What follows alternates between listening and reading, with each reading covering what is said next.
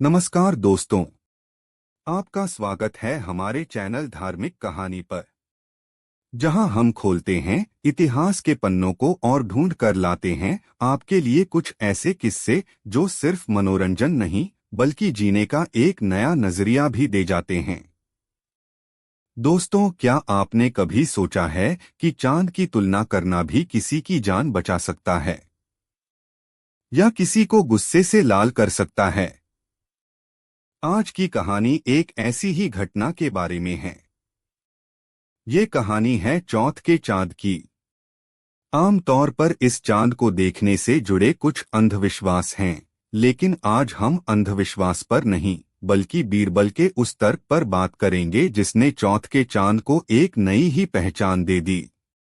एक ऐसा जवाब जिसने एक बादशाह को खुशियों के आसमान पर पहुंचा दिया और दूसरे को गुस्से की आग में झोंक दिया।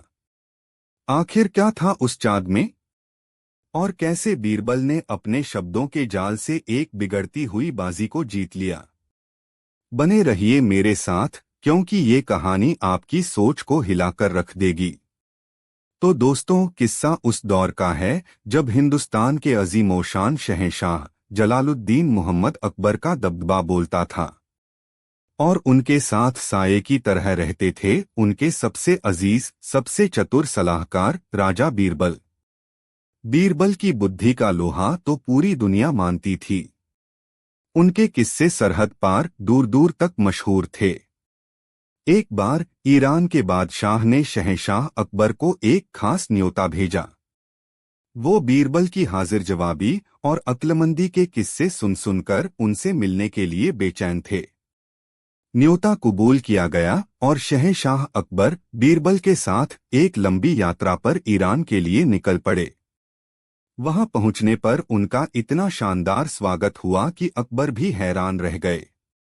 ईरान के बादशाह ने मेहमानवाजी में कोई कसर नहीं छोड़ी। कई दिनों तक दावतें चलीं, बातें हुईं, और बीरबल ने अपनी अक्लमंदी से ईरान के बादशाह का दिल जीत लिया। उनकी हर बात में वजन, हर सलाह में गहराई थी। आप लोग भी सोचिए, जब आप किसी दोस्त के घर जाते हैं और खूब मेहमानवाजी होती है तो कितना अच्छा लगता है ना? वैसा ही कुछ अकबर और बीरबल के साथ हो रहा था। लेकिन कहानी में मोड़ आना अभी बाकी था। मेजबान जब उनकी रुखसत का वक्त आया तो ईरान के बादशाह ने बीरबल की परीक्षा लेने की सोची।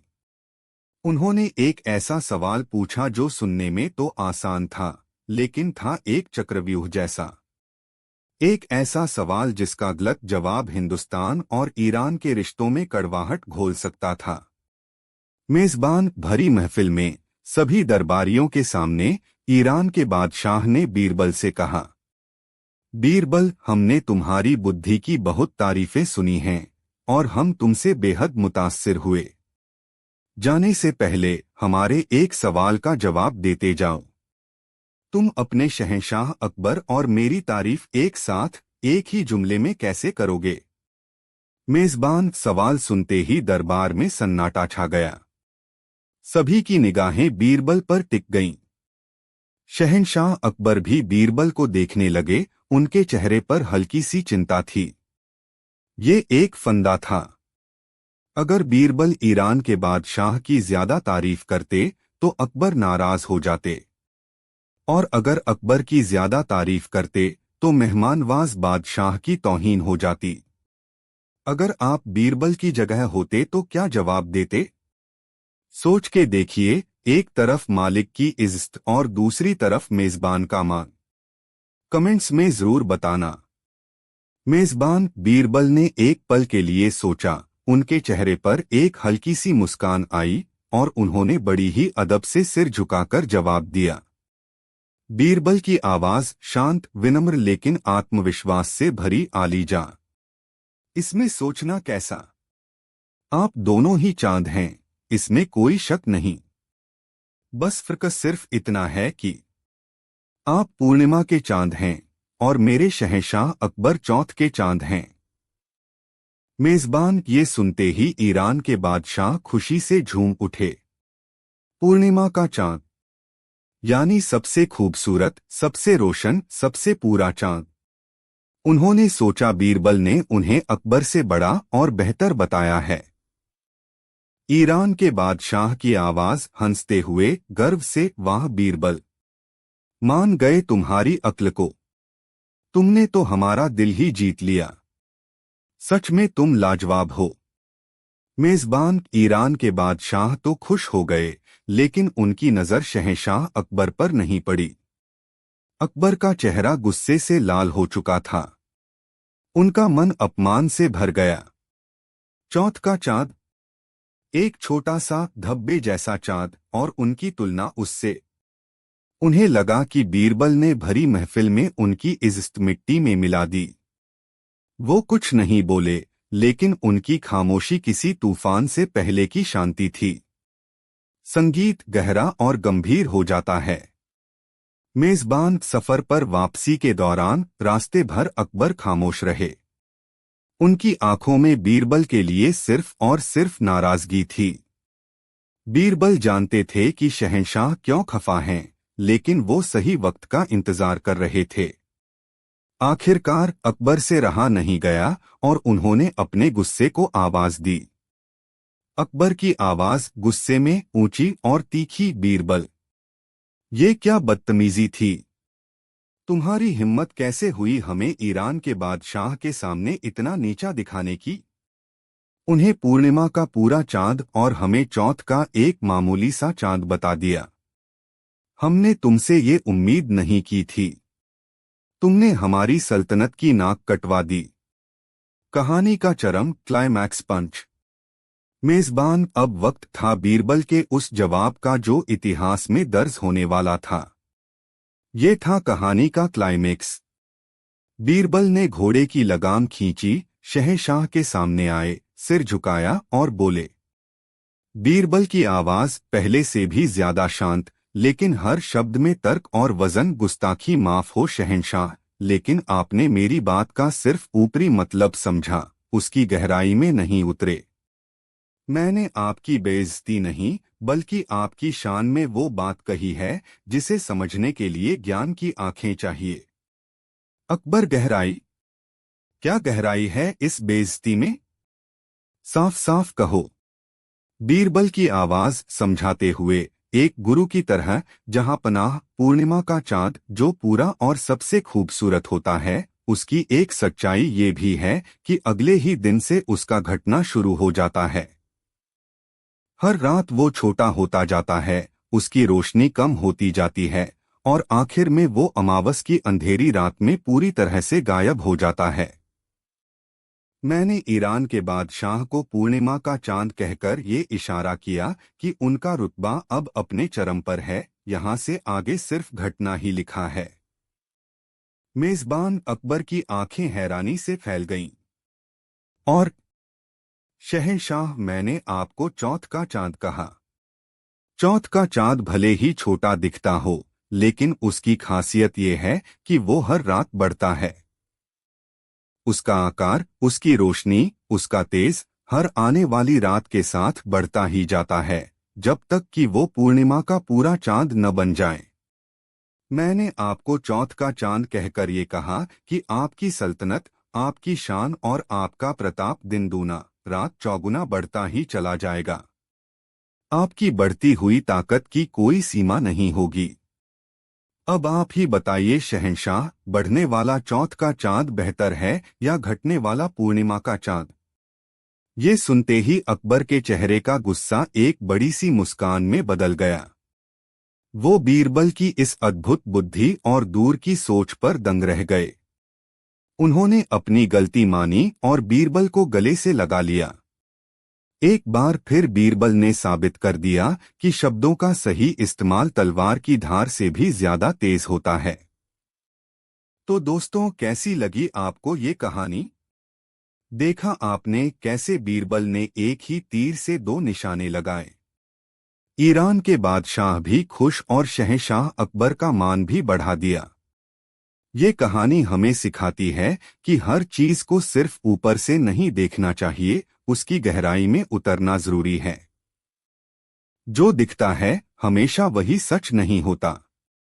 अगर आपको ये किस्सा पसंद आया हो और बीरबल की अक्लमंदी ने आपका भी दिल जीत लिया हो तो इस वीडियो को एक लाइक तो बनता है और कमेंट करके मुझे बताइए कि बीरबल का कौन सा किस्सा आपका पसंदीदा है। हम अगले वीडियो में उस पर भी चर्चा करेंगे। अपने दोस्तों और परिवार के साथ इस वीडियो को शेयर करना न भूलें ताकि उन तक भी ये शानदार कहानी पहुंच सके। और हाँ, अगर आप आगे भी ऐसे ही मजेदार और ज्ञान से भरे किस्से सुनना चाहते हैं तो आपके चैनल का नाम को अभी सब्सक्राइब करें और बेल आइकॉन दबाना बिल्कुल मत भूलना। मिलते हैं आपसे अगले वीडियो में एक नई कहानी एक नए किस्से के साथ। तब तक के लिए सोचते रहिए और सीखते रहिए। धन्यवाद। तो आज का किस्सा जुड़ा है एक ऐसी कहावत से जो हम सबने कभी न कभी सुनी ही होगी, जितनी लंबी चादर उतने पैर पसारो। अब आप कहेंगे कि इसका मतलब तो सीधा सा है, अपनी आमदनी के हिसाब से खर्चे करो। बिल्कुल सही।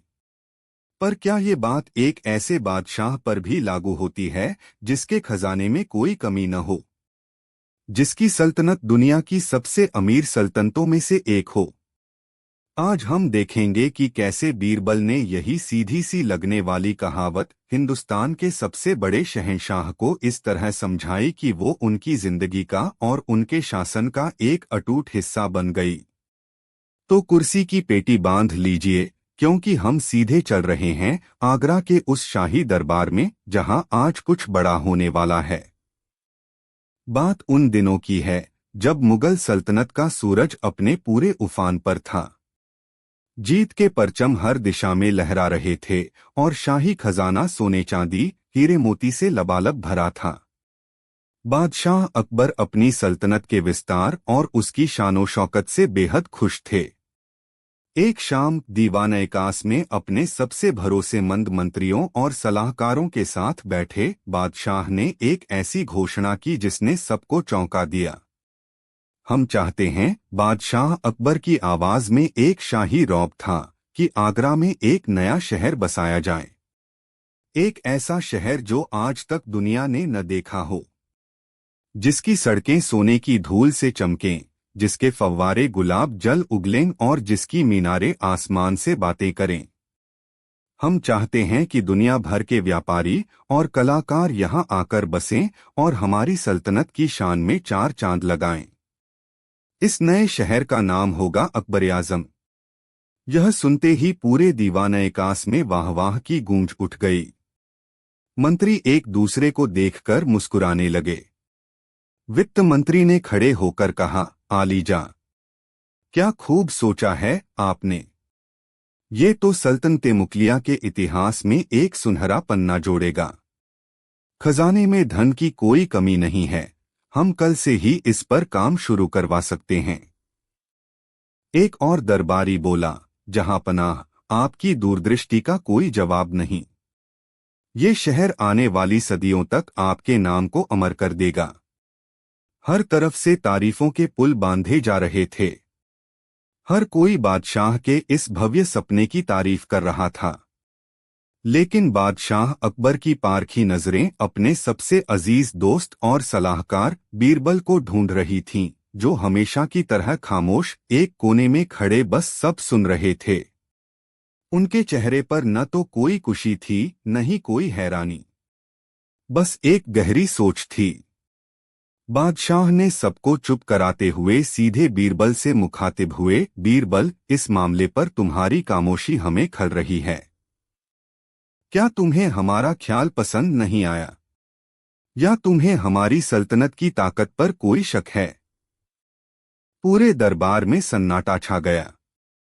सब जानते थे कि बादशाह को बीरबल की खामोशी का मतलब जानना है। बीरबल ने अदब से सिर झुकाया और बोले, जहां पनाह, आपकी सोच और सल्तनत की ताकत पर शक करने की जुर्रत कौन कर सकता है? आपका ख्वाब बहुत आलीशान है, इसमें कोई शक नहीं। पर मेरे मन में बस एक पुरानी कहावत घूम रही है।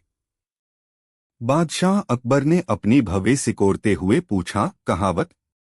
ऐसी कौन सी कहावत है जो हमारे इतने बड़े मंसूबे के आड़े आ रही है? बीरबल ने शांत स्वर में कहा, जहां पनाह, बुजुर्ग कह गए हैं कि जितनी लंबी चादर हो उतने ही पैर पसारने चाहिए। दो। ये सुनते ही दरबार में एक हंसी की लहर दौड़ गई। एक मंत्री ने ताना कसते हुए कहा, हा हा हा। बीरबल, लगता है आज तुम दरबार का रास्ता भूलकर किसी बनिए की दुकान पर पहुंच गए। ये कहावतें हम जैसे आम लोगों के लिए हैं, शहंशाह-ए-हिंद के लिए नहीं। उनकी चादर तो पूरी हिंदुस्तान की जमीन है, वो जितने चाहें पैर पसार सकते हैं। बादशाह अकबर भी मुस्कुरा दिए। उन्हें भी बीरबल की बात थोड़ी अटपटी लगी। उन्होंने कहा, बीरबल, तुम्हारा मतलब हम समझे नहीं। क्या तुम ये कहना चाहते हो कि सल्तनत का खजाना इस शहर को बनाने के लिए नाकाफी है? बीरबल ने जवाब दिया, नहीं हुजूर, मेरा वो मतलब बिल्कुल नहीं था। सल्तनत का खजाना अथाह है, पर चादर का मतलब हमेशा दौलत से नहीं होता। कभी कभी ये प्रजा का भरोसा भी होती है, कभी ये सल्तनत की इज्जत होती है, और कभी ये कुदरत का दिया हुआ अमन चैन होता है। बादशाह अब थोड़े गंभीर हो गए। उन्होंने कहा, बीरबल, तुम हमेशा पहेलियां बुझाते हो। तीन, अगर तुम्हें हमारी बात गलत लग रही है तो साफ साफ कहो। हमें ये घुमा फिराकर बातें करना पसंद नहीं। बीरबल ने कहा, जहां पनाह, मैं आपकी बात को गलत नहीं कह रहा। मैं बस उस कहावत का असली मतलब आपको समझाना चाहता हूं, और इसके लिए मुझे आपकी मदद चाहिए। नमस्कार दोस्तों, स्वागत है आपका हमारे चैनल पर, जहां हम इतिहास की उन कहानियों को आपके सामने लाते हैं जो सिर्फ मनोरंजन नहीं करती बल्कि जिंदगी का एक बड़ा सबक भी सिखा जाती हैं। आज का किस्सा दिमाग को चकरा देने वाला है। ये कहानी है चालाकी और बुद्धिमानी के उस महामुकाबले की, जहां एक तरफ था आगरा का सबसे शातिर जौहरी और दूसरी तरफ थे, हाँ, आपने सही पहचाना, बादशाह अकबर के सबसे भरोसेमंद सलाहकार बीरबल। क्या होता है जब एक इंसान की चालाकी उसकी लालच की गुलाम बन जाती है? क्या होता है जब एक शातिर दिमाग अपनी ही बुनी हुई जाल में फंस जाता है? आज हम देखेंगे कि कैसे बीरबल ने एक ऐसी पहेली को सुलझाया जिसे सुलझाना लगभग नामुमकिन लग रहा था। तो तैयार हो जाइए, क्योंकि ये कहानी आपको ये सोचने पर मजबूर कर देगी कि सच्ची दौलत क्या है, हीरे जवाहरात या फिर आपकी अपनी समझदारी। चलिए सीधे चलते हैं उस दौर में। कहानी की शुरुआत। आगरा शहर, मुगल सल्तनत की शान, जहां की गलियों में व्यापार और कला की खुशबू घुली रहती थी। इसी शहर के मुख्य बाजार में एक बड़ी ही मशहूर दुकान थी, हीरालाल एंड सन्स। हीरालाल उस दुकान का मालिक सिर्फ एक जौहरी नहीं था, वो एक जादूगर था।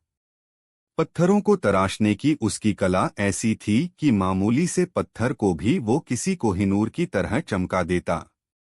पूरे आगरा में उसकी ईमानदारी और उसके काम की कस्में खाई जाती थीं। बड़े बड़े अमीर उमरा और मनसबदार उसी से जवाहरात खरीदते थे। पर दोस्तों, जो चमक बाहर दिखती है, जरूरी नहीं कि वो अंदर भी हो। हीरालाल की इस चमकदार ईमानदारी के पीछे एक बहुत गहरा लालच और एक शातिर दिमाग छुपा हुआ था। उसी शहर की एक तंग गली में एक गरीब मूर्तिकार रहता था, रामदीन। रामदीन के हाथों में भी जादू था, पर उसका जादू पत्थरों को मूरत में बदलता था।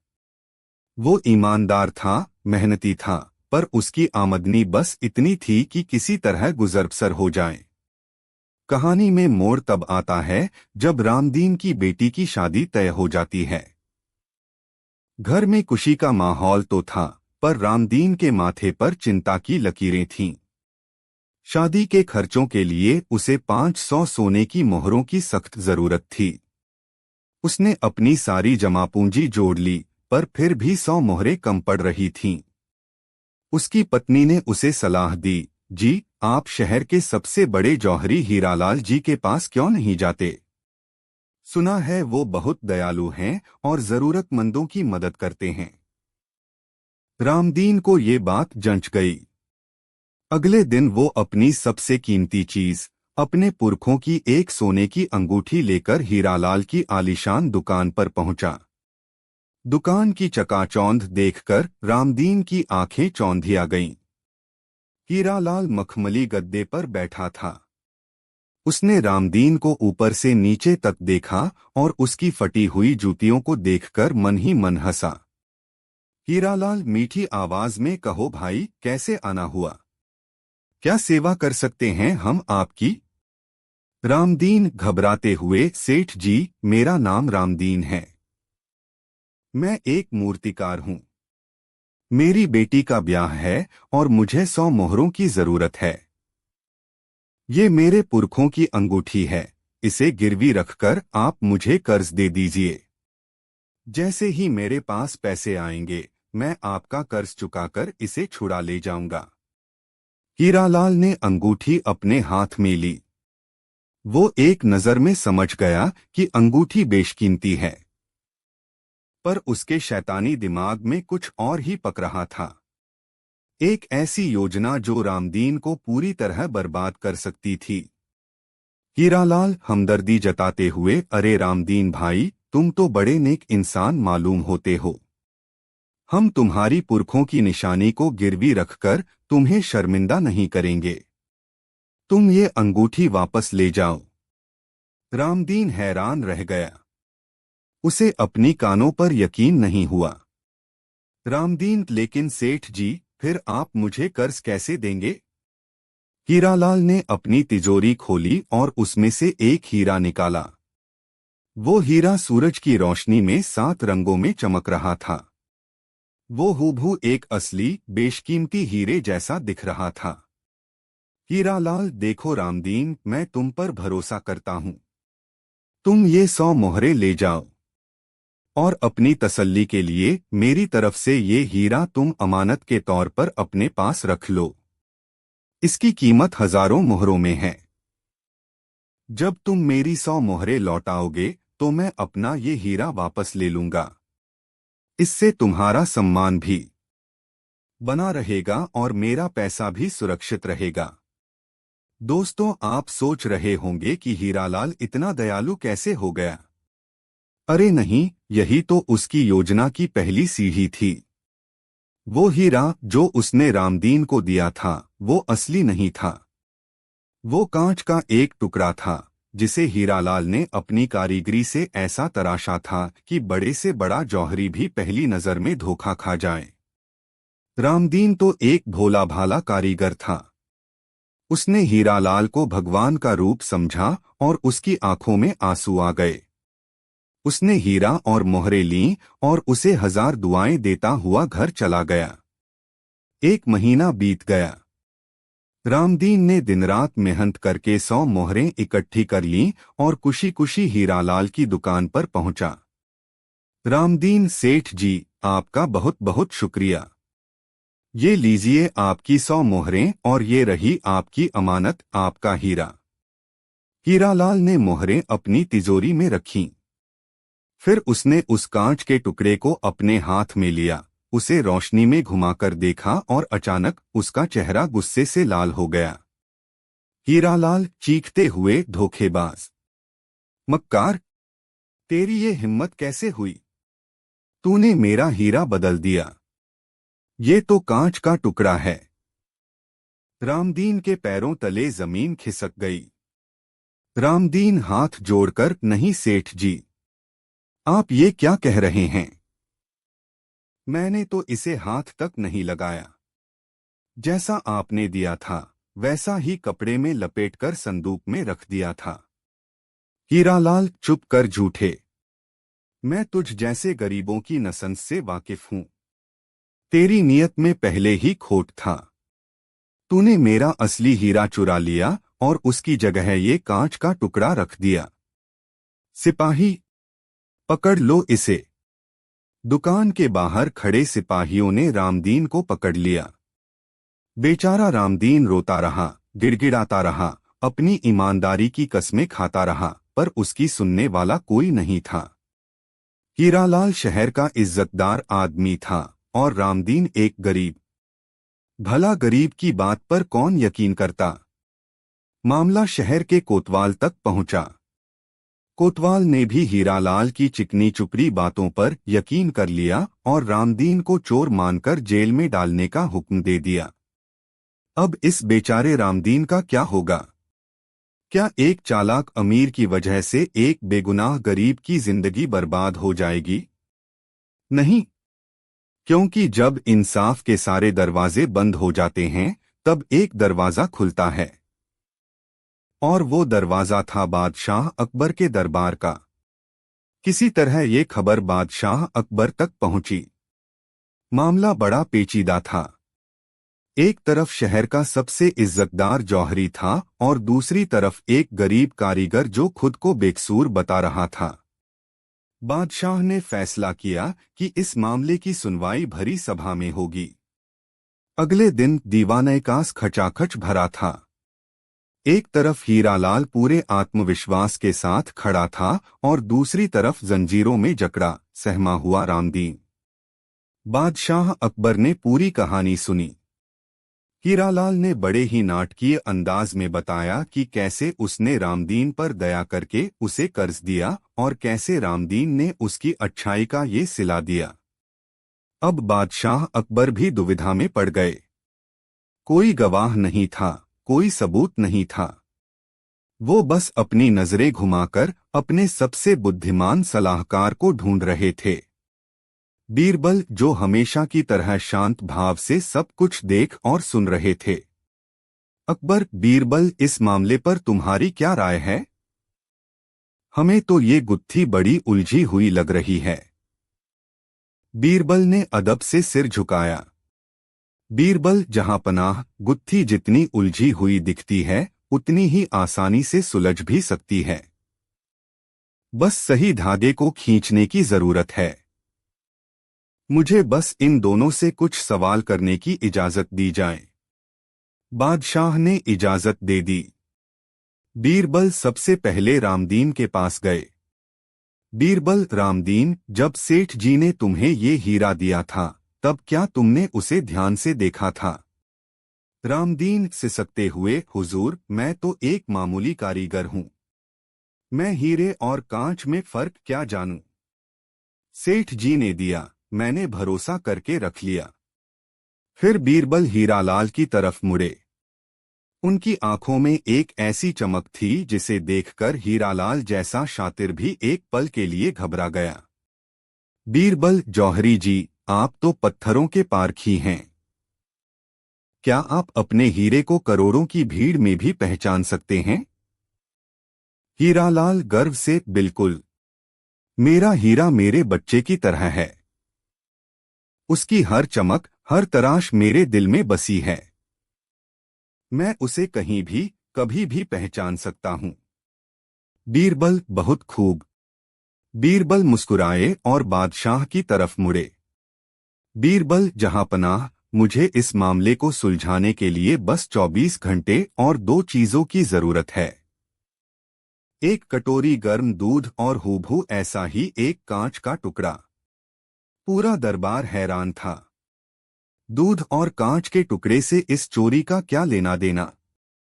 हीरालाल मन ही मन हंस रहा था कि बीरबल भी इस बार चक्कर खा गया। बादशाह अकबर बीरबल पर भरोसा करते थे।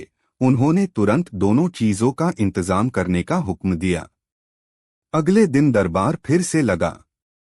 आज माहौल में एक अजीब सी खामोशी और उत्सुकता थी। बीरबल दरबार में आए। उनके हाथ में 2 छोटी छोटी पोटलियां थीं।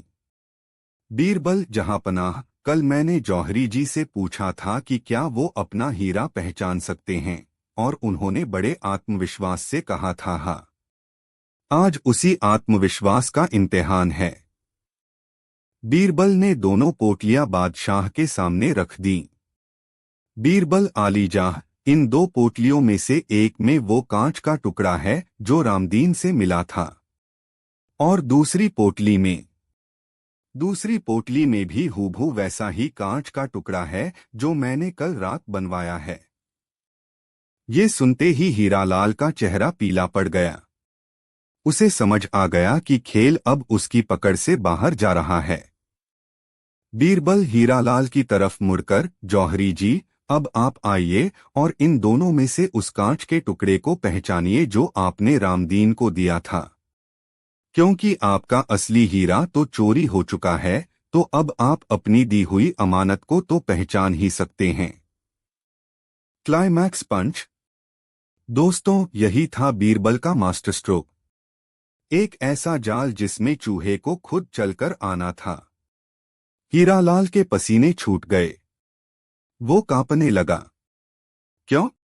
क्योंकि वो जानता था कि दोनों ही कांच के टुकड़े हैं और वो दोनों एक जैसे दिखते हैं। अगर वो किसी एक को चुनता है और कहता है कि ये वाला मेरा है, तो बीरबल तुरंत पूछेंगे, तुम्हें कैसे पता? जब दोनों एक जैसे हैं, तो तुम इतने यकीन से कैसे कह सकते हो? और अगर वो कहता है कि मैं नहीं पहचान सकता, तो उसका अपना ही दावा झूठा साबित हो जाता कि वो अपने पत्थर को कहीं भी पहचान सकता है। वो पूरी तरह फंस चुका था। उसके पास अब कोई रास्ता नहीं बचा था। उसकी सारी चालाकी, सारा घमंड बीरबल की एक छोटी सी चाल के सामने धुआं हो गया। वो बीरबल के पैरों में गिर पड़ा और रोते रोते अपना सारा गुनाह कबूल कर लिया। उसने बताया कि कैसे उसने रामदीन को फंसाने के लिए ये सारी योजना बनाई थी ताकि वो उसकी पुरखों की बेशकीमती अंगूठी हड़प सके और उस पर चोरी का इल्जाम लगाकर उससे और पैसे ऐंठ सके। बादशाह अकबर गुस्से से आग बबूला हो गए।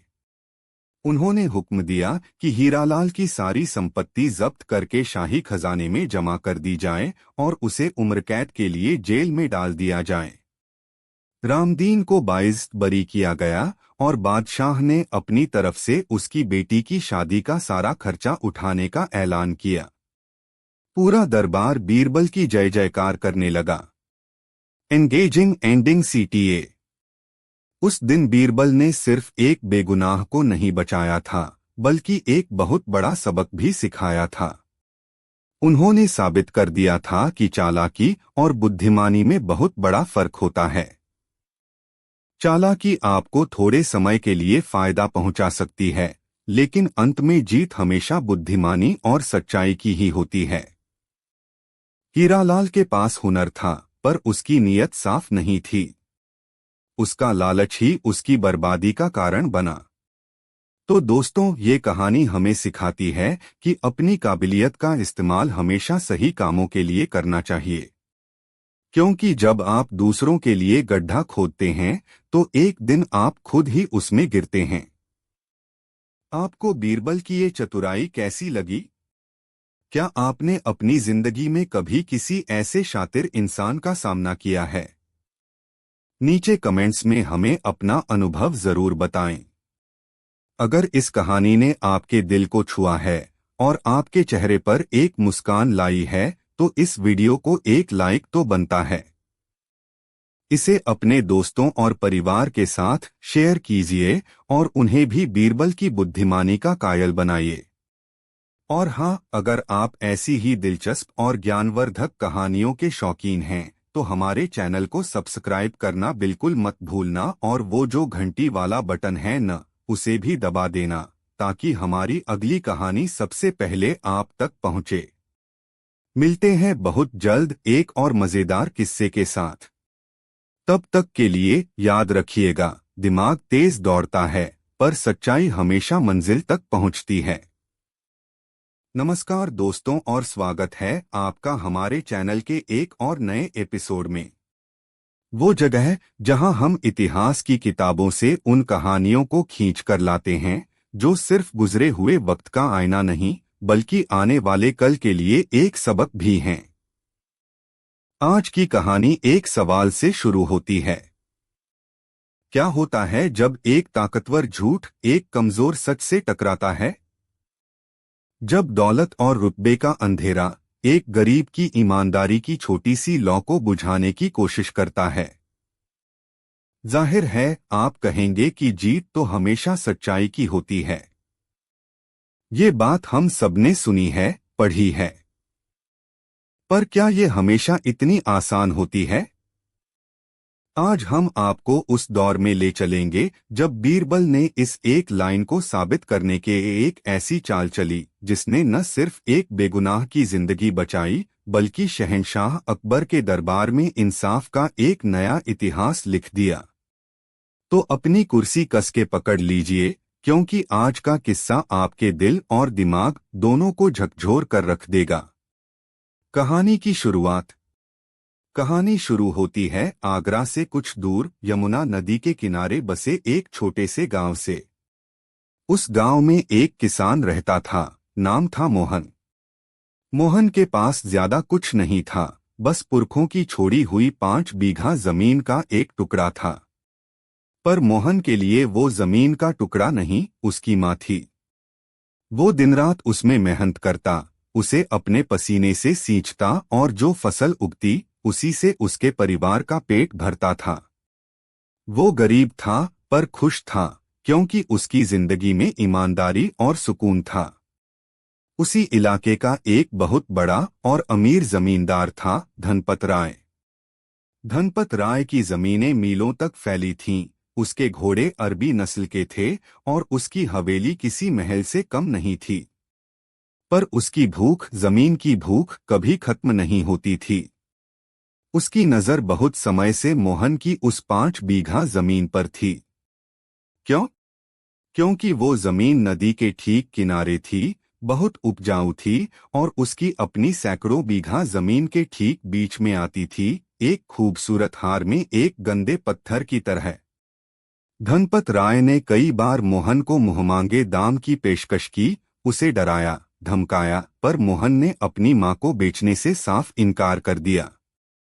एक दिन धनपत राय ने एक ऐसी शातिर योजना बनाई जो किसी शैतान के दिमाग में ही आ सकती थी।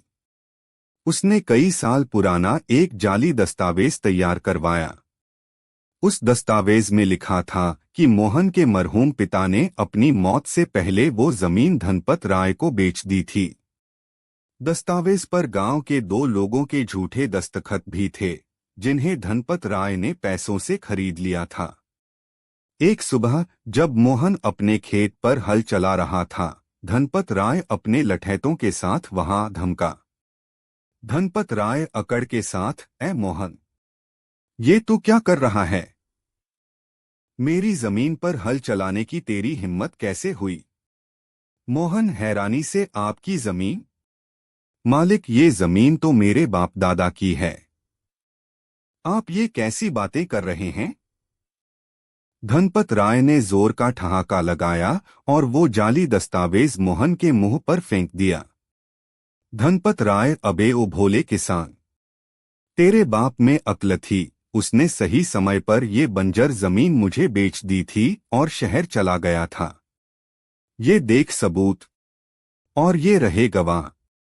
अब अगर कल सुबह से तू इस जमीन के आसपास भी दिखा तो तेरी टांगे तोड़कर इसी खेत में गाड़ दूंगा। मोहन के पैरों के नीचे से जमीन खिसक गई। वो भागा भागा गांव की पंचायत में गया।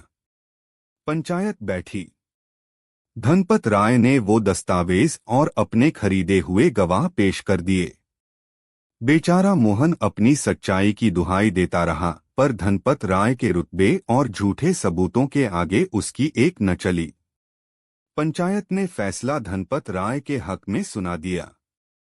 दोस्तों, जरा सोचिए उस गरीब किसान पर क्या बीती होगी। जिस जमीन को उसने अपनी मां माना, आज उसे उसी जमीन से बेदखल कर दिया गया था। उसका परिवार भूखा मरने की कगार पर आ गया। हर तरफ से निराश होकर किसी ने उसे सलाह दी कि उसे अपनी फरियाद लेकर सीधे हिंदुस्तान के शहंशाह जलालुद्दीन मोहम्मद अकबर के दरबार में जाना चाहिए, जहां इंसाफ होता है। एक टूटी हुई उम्मीद के साथ मोहन कई दिनों का सफर तय करके आगरा पहुंचा और किसी तरह वो अपनी फरियाद लेकर उस महान दरबार में पहुंच ही गया, जहां आज दूध का दूध और पानी का पानी होने वाला था। दरबार लगा हुआ था। बादशाह अकबर अपने सिंहासन पर विराजमान थे। मोहन को पेश किया गया। उसने रो रो कर अपनी पूरी कहानी सुनाई। बादशाह ने धनपत राय को भी दरबार में तलब किया। अगले दिन धनपत राय अपनी पूरी शानो शौकत के साथ दरबार में हाजिर हुआ। उसने वही जाली दस्तावेज और गवाह बादशाह के सामने पेश किए। धनपत राय बड़ी विनम्रता का नाटक करते हुए, आलीजाह, मैं तो खुद इस किसान की मदद करना चाहता था। इसके पिता ने जब ये जमीन मुझे बेची थी, मैंने तब भी उसे बाजार भाव से ज्यादा कीमत दी थी। पर अब ये लालच में आकर अपनी ही बात से मुकर रहा है। मैं तो बस अपना हक मांग रहा हूं, जहांपना। अब बादशाह अकबर भी एक मुश्किल में फंस गए। एक तरफ एक गरीब किसान के आंसू थे और दूसरी तरफ पुख्ता दिखने वाले दस्तावेज और गवाह। वो इंसाफ कैसे करते? उनकी नजर हमेशा की तरह अपने नवरत्न बीरबल पर जाकर टिकी, जो खामोशी से खड़े ये सारा तमाशा देख रहे थे। अकबर, बीरबल, तुम्हारी पारखी नजरें क्या कहती हैं? सच किसके साथ है? बीरबल आगे आए और दोनों मोहन और धनपत राय को गौर से देखा। फिर उन्होंने वो दस्तावेज अपने हाथ में लिया और उसे पलट पलट कर देखा। बीरबल, जहांपनाह, दस्तावेज और गवाह तो जमींदार के पक्ष में हैं। पर इस किसान की आंखों की सच्चाई भी झूठी नहीं लगती। इंसाफ करने के लिए हमें सबूतों से आगे जाकर इंसान की नीयत को परखना होगा। धनपत राय मन ही मन हंसा, नीयत को ये कैसे परखेगा? बीरबल, हुजूर, मुझे बस एक रात का समय दीजिए। कल सुबह तक सच शीशे की तरह साफ हो जाएगा। पर इसके लिए इन दोनों को आज रात मेरे साथ चलना होगा। बादशाह ने इजाजत दे दी। रात के अंधेरे में बीरबल, मोहन, धनपत राय और कुछ सिपाहियों को लेकर उसी गांव में उस विवादित जमीन पर पहुंचे। जमीन के बीचों बीच एक बहुत पुराना विशाल बरगद का पेड़ खड़ा था। बीरबल उस पेड़ के पास जाकर खड़े हो गए। बीरबल, एक रहस्यमय आवाज में, ये पेड़ सैकड़ों सालों से यहाँ खड़ा है। इसने मोहन के दादा को भी देखा है और धनपत राय के दादा को भी। इसने हर सच और हर झूठ को अपनी आंखों से देखा है। यही पेड़ हमें बताएगा कि इस जमीन का असली मालिक कौन है। मोहन और धनपत राय दोनों हैरान थे। एक पेड़ कैसे बोल सकता है? बीरबल धनपत राय की तरफ देखकर, जमींदार साहब, आप बड़े हैं, पहला हक आपका। आप इस पेड़ के कान में पूछिए कि जमीन किसकी है। धनपत राय को ये सब मजाक लग रहा था, पर बीरबल का हुक्म वो टाल नहीं सकता था। वो पेड़ के पास गया और फुसफुसाया, बताओ पेड़, ये जमीन किसकी है? पेड़ खामोश रहा। नमस्कार दोस्तों और स्वागत है आपका हमारे चैनल के एक और नए एपिसोड में। वो जगह जहां हम इतिहास की किताबों से उन कहानियों को खींच कर लाते हैं जो सिर्फ गुजरे हुए वक्त का आईना नहीं, बल्कि आने वाले कल के लिए एक सबक भी हैं। आज की कहानी एक सवाल से शुरू होती है। क्या होता है जब एक ताकतवर झूठ एक कमजोर सच से टकराता है? जब दौलत और रुतबे का अंधेरा एक गरीब की ईमानदारी की छोटी सी लौ को बुझाने की कोशिश करता है। जाहिर है आप कहेंगे कि जीत तो हमेशा सच्चाई की होती है। ये बात हम सबने सुनी है, पढ़ी है। पर क्या ये हमेशा इतनी आसान होती है? आज हम आपको उस दौर में ले चलेंगे जब बीरबल ने इस एक लाइन को साबित करने के एक ऐसी चाल चली जिसने न सिर्फ एक बेगुनाह की जिंदगी बचाई, बल्कि शहंशाह अकबर के दरबार में इंसाफ का एक नया इतिहास लिख दिया। तो अपनी कुर्सी कस के पकड़ लीजिए, क्योंकि आज का किस्सा आपके दिल और दिमाग दोनों को झकझोर कर रख देगा। कहानी की शुरुआत। कहानी शुरू होती है आगरा से कुछ दूर यमुना नदी के किनारे बसे एक छोटे से गांव से। उस गांव में एक किसान रहता था, नाम था मोहन। मोहन के पास ज्यादा कुछ नहीं था, बस पुरखों की छोड़ी हुई 5 बीघा जमीन का एक टुकड़ा था। पर मोहन के लिए वो जमीन का टुकड़ा नहीं, उसकी माँ थी। वो दिन रात उसमें मेहनत करता, उसे अपने पसीने से सींचता और जो फसल उगती उसी से उसके परिवार का पेट भरता था। वो गरीब था पर खुश था, क्योंकि उसकी जिंदगी में ईमानदारी और सुकून था। उसी इलाके का एक बहुत बड़ा और अमीर जमींदार था, धनपत राय। धनपत राय की जमीनें मीलों तक फैली थीं, उसके घोड़े अरबी नस्ल के थे और उसकी हवेली किसी महल से कम नहीं थी। पर उसकी भूख, जमीन की भूख, कभी खत्म नहीं होती थी। उसकी नजर बहुत समय से मोहन की उस 5 बीघा जमीन पर थी। क्यों? क्योंकि वो जमीन नदी के ठीक किनारे थी, बहुत उपजाऊ थी और उसकी अपनी सैकड़ों बीघा जमीन के ठीक बीच में आती थी, एक खूबसूरत हार में एक गंदे पत्थर की तरह। धनपत राय ने कई बार मोहन को मुंहमांगे दाम की पेशकश की, उसे डराया, धमकाया, पर मोहन ने अपनी मां को बेचने से साफ इनकार कर दिया। एक दिन धनपत राय ने एक ऐसी शातिर योजना बनाई जो किसी शैतान के दिमाग में ही आ सकती थी। उसने कई साल पुराना एक जाली दस्तावेज तैयार करवाया। उस दस्तावेज में लिखा था कि मोहन के मरहूम पिता ने अपनी मौत से पहले वो जमीन धनपत राय को बेच दी थी।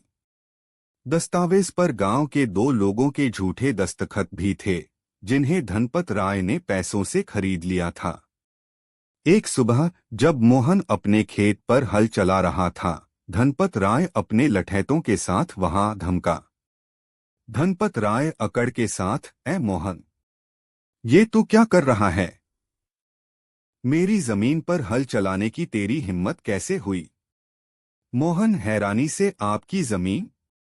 मालिक, ये जमीन तो मेरे बाप दादा की है। आप ये कैसी बातें कर रहे हैं? धनपत राय ने जोर का ठहाका लगाया और वो जाली दस्तावेज मोहन के मुंह पर फेंक दिया। धनपत राय, अबे ओ भोले किसान, तेरे बाप में अक्ल थी, उसने सही समय पर ये बंजर जमीन मुझे बेच दी थी और शहर चला गया था। ये देख सबूत, और ये रहे गवाह। अब अगर कल सुबह से तू इस जमीन के आसपास भी दिखा तो तेरी टांगे तोड़कर इसी खेत में गाड़ दूंगा। मोहन के पैरों के नीचे से जमीन खिसक गई। वो भागा भागा गांव की पंचायत में गया। पंचायत बैठी। धनपत राय ने वो दस्तावेज और अपने खरीदे हुए गवाह पेश कर दिए। बेचारा मोहन अपनी सच्चाई की दुहाई देता रहा, पर धनपत राय के रुतबे और झूठे सबूतों के आगे उसकी एक न चली। पंचायत ने फैसला धनपत राय के हक में सुना दिया। दोस्तों, जरा सोचिए उस गरीब किसान पर क्या बीती होगी। जिस जमीन को उसने अपनी मां माना, आज उसे उसी जमीन से बेदखल कर दिया गया था। उसका परिवार भूखा मरने की कगार पर आ गया। हर तरफ से निराश होकर किसी ने उसे सलाह दी कि उसे अपनी फरियाद लेकर सीधे हिंदुस्तान के शहंशाह जलालुद्दीन मोहम्मद अकबर के दरबार में जाना चाहिए, जहां इंसाफ होता है। एक टूटी हुई उम्मीद के साथ मोहन कई दिनों का सफर तय करके आगरा पहुंचा और किसी तरह वो अपनी फरियाद लेकर उस महान दरबार में पहुंच ही गया, जहां आज दूध का दूध और पानी का पानी होने वाला था। दरबार लगा हुआ था। बादशाह अकबर अपने सिंहासन पर विराजमान थे। मोहन को पेश किया गया। उसने रो रो कर अपनी पूरी कहानी सुनाई। बादशाह ने धनपत राय को भी दरबार में तलब किया। अगले दिन धनपत राय अपनी पूरी शानो शौकत के साथ दरबार में हाजिर हुआ। उसने वही जाली दस्तावेज और गवाह बादशाह के सामने पेश किए। धनपत राय बड़ी विनम्रता का नाटक करते हुए, आलीजाह, मैं तो खुद इस किसान की मदद करना चाहता था। इसके पिता ने जब ये जमीन मुझे बेची थी, मैंने तब भी उसे बाजार भाव से ज्यादा कीमत दी थी। पर अब ये लालच में आकर अपनी ही बात से मुकर रहा है। मैं तो बस अपना हक मांग रहा हूं, जहांपना। अब बादशाह अकबर भी एक मुश्किल में फंस गए। एक तरफ एक गरीब किसान के आंसू थे और दूसरी तरफ पुख्ता दिखने वाले दस्तावेज और गवाह। वो इंसाफ कैसे करते? उनकी नजर हमेशा की तरह अपने नवरत्न बीरबल पर जाकर टिकी, जो खामोशी से खड़े ये सारा तमाशा देख रहे थे। अकबर, बीरबल, तुम्हारी पारखी नजरें क्या कहती हैं? सच किसके साथ है? बीरबल आगे आए और दोनों मोहन और धनपत राय को गौर से देखा। फिर उन्होंने वो दस्तावेज अपने हाथ में लिया और उसे पलट पलट कर देखा। बीरबल, जहांपनाह, दस्तावेज और गवाह तो जमींदार के पक्ष में हैं, पर इस किसान की आंखों की सच्चाई भी झूठी नहीं लगती। इंसाफ करने के लिए हमें सबूतों से आगे जाकर इंसान की नीयत को परखना होगा। धनपत राय मन ही मन हंसा, नीयत को ये कैसे परखेगा? बीरबल, हुजूर, मुझे बस एक रात का समय दीजिए। कल सुबह तक सच शीशे की तरह साफ हो जाएगा। पर इसके लिए इन दोनों को आज रात मेरे साथ चलना होगा। बादशाह ने इजाजत दे दी। रात के अंधेरे में बीरबल, मोहन, धनपत राय और कुछ सिपाहियों को लेकर उसी गांव में उस विवादित जमीन पर पहुंचे। जमीन के बीचों बीच एक बहुत पुराना विशाल बरगद का पेड़ खड़ा था।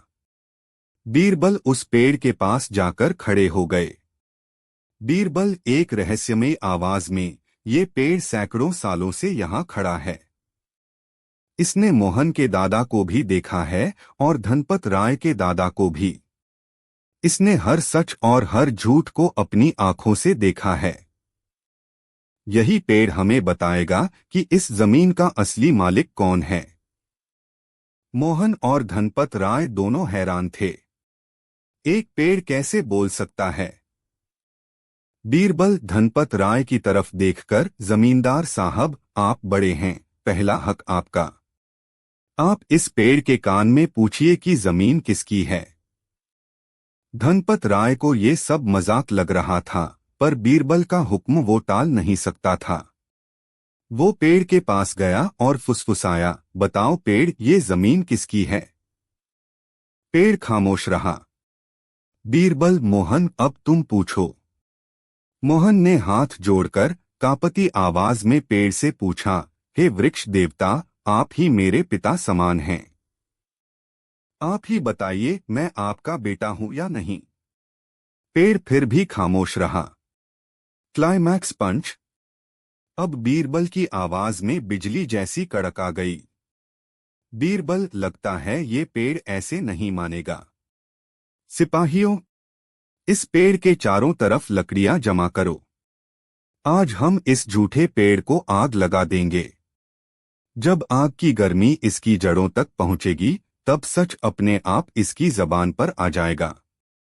सिपाहियों ने हुक्म का पालन किया और पेड़ के चारों तरफ लकड़ियों का ढेर लगा दिया। जैसे ही एक सिपाही ने मशाल उठाई, मोहन चीख मारकर बीरबल के कदमों में गिर पड़ा। मोहन रोते हुए, नहीं हुजूर, ऐसा जुल्म मत कीजिए। ये पेड़ मेरे दादाजी ने लगाया था। मैंने बचपन से इसकी छाव में खेला है। ये मेरे लिए भगवान समान है। मुझे नहीं चाहिए ये जमीन।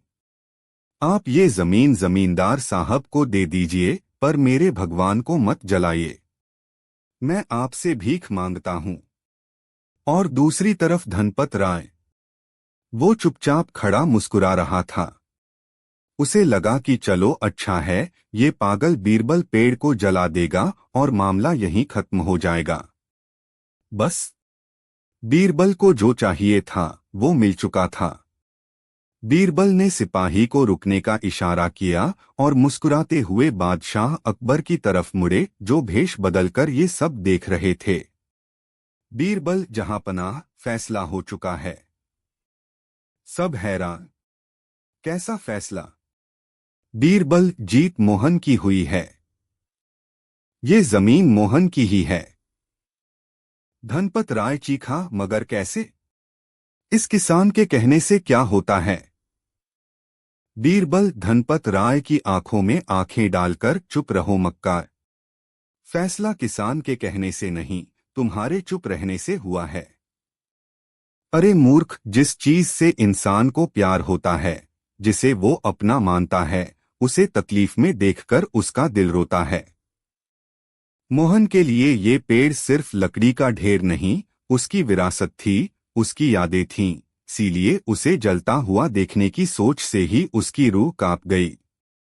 और तू तो खुद को इस जमीन का मालिक बता रहा था। अगर ये जमीन तेरी होती, ये पेड़ तेरा होता, तो क्या तुझे इसे कटता हुआ देखकर जरा भी दर्द नहीं होता? पर तू तो खड़ा मुस्कुराता रहा, क्योंकि तेरे लिए ये सिर्फ एक सौदा था, एक जमीन का टुकड़ा था जिससे तुझे कोई लगाव नहीं। तेरा यही लालच और तेरा यही बेगानापन तेरा सबसे बड़ा गुनाहगार है। सच सामने आ चुका है। जमीन का असली वारिस वो नहीं होता जिसके पास कागज होते हैं, बल्कि वो होता है जिसकी जड़ें उस जमीन से जुड़ी होती हैं। बीरबल की इस दलील को सुनकर धनपत राय का चेहरा सफेद पड़ गया। उसका झूठ पकड़ा जा चुका था।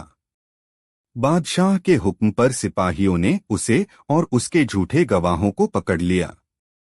बाद में उसने अपना सारा गुनाह कबूल कर लिया। Engaging ending CTA. बादशाह अकबर ने मोहन को उसकी जमीन वापस सौंपी और धनपत राय को उसकी धोखाधड़ी के लिए सख्त सजा सुनाई। उस दिन बीरबल ने एक बार फिर साबित कर दिया कि झूठ के पैर नहीं होते। आप उसे कितने ही दस्तावेजों और गवाहों का सहारा दे दो, वो ज्यादा देर खड़ा नहीं रह सकता। एक न एक दिन सच की एक छोटी सी ठोकर उसे जमीन पर गिरा ही देती है। तो दोस्तों, कैसी लगी आपको इंसाफ और बुद्धिमानी की ये कहानी? ये कहानी हमें सिखाती है कि जिंदगी में हालात कितने भी मुश्किल क्यों न हो जाएं, हमें सच्चाई का दामन कभी नहीं छोड़ना चाहिए। हो सकता है कि सच का रास्ता लंबा और कठिन हो, पर उसकी मंजिल हमेशा खूबसूरत होती है। क्या आपकी जिंदगी में भी कभी ऐसा हुआ है जब आपकी सच्चाई की जीत हुई हो? नीचे कमेंट सेक्शन में अपना अनुभव हमारे साथ जरूर शेयर कीजिए। हमें आपके किस्से पढ़ना बहुत अच्छा लगता है। अगर आपको हमारी ये कहानी पसंद आई हो तो इस वीडियो को एक जोरदार लाइक दीजिए, अपने दोस्तों के साथ शेयर कीजिए और अगर अभी तक नहीं किया है तो हमारे चैनल को सब्सक्राइब करके वो घंटी वाला बटन जरूर दबा दीजिए, ताकि बीरबल की बुद्धिमानी का कोई भी किस्सा आपसे छूट न जाए। मिलते हैं आपसे अगली वीडियो में एक और शानदार कहानी के साथ। तब तक सच बोलिए, सच सुनिए और सच का साथ दीजिए।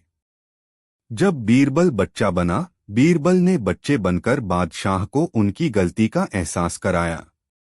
आगरा के किले की दीवारों ने उस दिन एक अजीब सी खामोशी ओढ़ रखी थी। यह वह खामोशी नहीं थी जो शांति और सुकून से पैदा होती है, बल्कि यह वह खामोशी थी जो किसी आने वाले तूफान से पहले पसर जाती है। हवा में एक भारीपन था, दरबारियों की फुसफुसाहटों में एक अनकहा डर और हर चेहरे पर एक सवालिया निशान। हिंदुस्तान के शहंशाह जलालुद्दीन मोहम्मद अकबर आज अपने ही महल में एक कैदी की तरह महसूस कर रहे थे, अपनी ही बनाई हुई जिद और गुस्से की जंजीरों में जकड़े हुए। मामले की शुरुआत कुछ दिन पहले हुई थी। शहंशाह अकबर का अपने लाडले बेटे शहजादे सलीम के साथ किसी बात पर गहरा मतभेद हो गया था। यह कोई मामूली बाप बेटे की नोकझोंक नहीं थी, यह हिंदुस्तान के भविष्य के दो सबसे महत्वपूर्ण स्तंभों के बीच विचारों का टकराव था। मुद्दा था सल्तनत के दक्षिणी विस्तार की रणनीति का।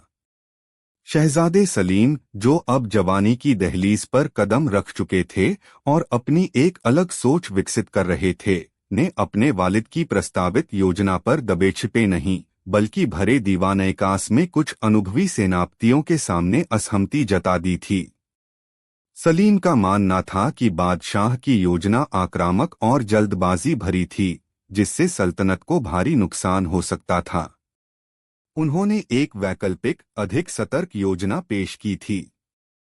अकबर, जो अपनी रणनीतिक सूझबूझ के लिए जाने जाते थे और जिन्हें अपने फैसलों पर कभी शक नहीं होता था, अपने बेटे की इस हरकत को एक निजी हमले के रूप में देख बैठे। उन्हें यह केवल एक वैचारिक मतभेद नहीं, बल्कि अपनी सत्ता और अपने अनुभव की खुली अवमानना लगी। शहंशाह का चेहरा तमतमा गया था। उनकी आवाज, जो आमतौर पर हुक्म और रहम का एक संतुलित मिश्रण होती थी, उस दिन गरजते बादलों की तरह कड़क उठी थी। नासमझ लड़के, तुम्हारी हिम्मत कैसे हुई हमारे फैसले पर सवाल उठाने की? क्या तुम भूल गए हो कि तुम किससे बात कर रहे हो? यह सल्तनत हमने अपनी तलवार की नोक और अपनी सूझबूझ से बनाई है। तुम अभी सियासत की बिसात के कच्चे खिलाड़ी हो, सलीम। तुम्हारी योजना में दूरदर्शिता नहीं, बल्कि डर झलकता है। सलीम ने भी आहत होकर जवाब दिया था, अब्बा हुजूर, मैंने आपकी तौहीन करने की जुर्रत नहीं की। मैंने वही कहा जो सल्तनत के हक में बेहतर है। डर नहीं, बल्कि सावधानी बरतना बुद्धिमानी है। बस इतना सुनना था कि अकबर का पारा 7वें आसमान पर पहुंच गया। खामोश, तुम्हारी जबान बहुत लंबी हो गई है। आज से हम तुम्हारी सूरत नहीं देखना चाहते। दफा हो जाओ हमारी नजरों से, और तब तक सामने मत आना जब तक हम खुद तुम्हें इजाजत न दें। यह महज एक पिता का अपने बेटे पर गुस्सा नहीं था, यह एक बादशाह का हुक्म था, जिसकी अवहेलना की कोई गुंजाइश नहीं थी। शहजादे सलीम, जिनका चेहरा अपमान और दुख से सफेद पड़ गया था, खामोशी से सिर झुकाकर दीवाने-ए-कास से बाहर चले गए। उस दिन के बाद से बाप और बेटे के बीच एक अदृश्य दीवार खड़ी हो गई थी। शहजादे सलीम अपने कक्ष में बंद रहते, किसी से मिलते जुलते नहीं। उनका खाना पीना छूट गया था। मरियमुज़्ज़मानी, सलीम की मां और अकबर की सबसे प्रिय बेगम, दोनों के बीच सुलह कराने की हर मुमकिन कोशिश करके हार चुकी थीं। अकबर अपनी जिद पर अड़े थे। उनका मानना था कि सलीम ने उनका अपमान किया है और जब तक वह अपनी गलती मानकर माफी नहीं मांगता, वह उसे माफ नहीं करेंगे। लेकिन अकबर खुद भी अंदर से उतने ही बेचैन थे। रात को उन्हें नींद नहीं आती थी। दिन में किसी काम में दिल नहीं लगता था। वह शहंशाह थे, लेकिन एक पिता भी थे। उन्हें सलीम की फिक्र सताती थी, लेकिन उनका शाही अहंकार उन्हें झुकने नहीं दे रहा था। वह चाहते थे कि सलीम उनके पास आए, लेकिन एक बादशाह के तौर पर वह पहला कदम नहीं उठा सकते थे। इस कशमकश ने उन्हें चिड़चिड़ा और भी ज्यादा गुस्सैल बना दिया था। दरबार का माहौल भी बोझिल हो चुका था। हर कोई जानता था कि शहंशाह का मिजाज ठीक नहीं है। छोटे छोटे मामलों पर भी उनका गुस्सा भड़क उठता। किसी की हिम्मत नहीं होती थी कि उनसे सीधे मुंह बात कर सके। इस तनावपूर्ण माहौल में एक ही शख्स था जिसकी गैरमौजूदगी सबको खल रही थी, और वह थे बीरबल।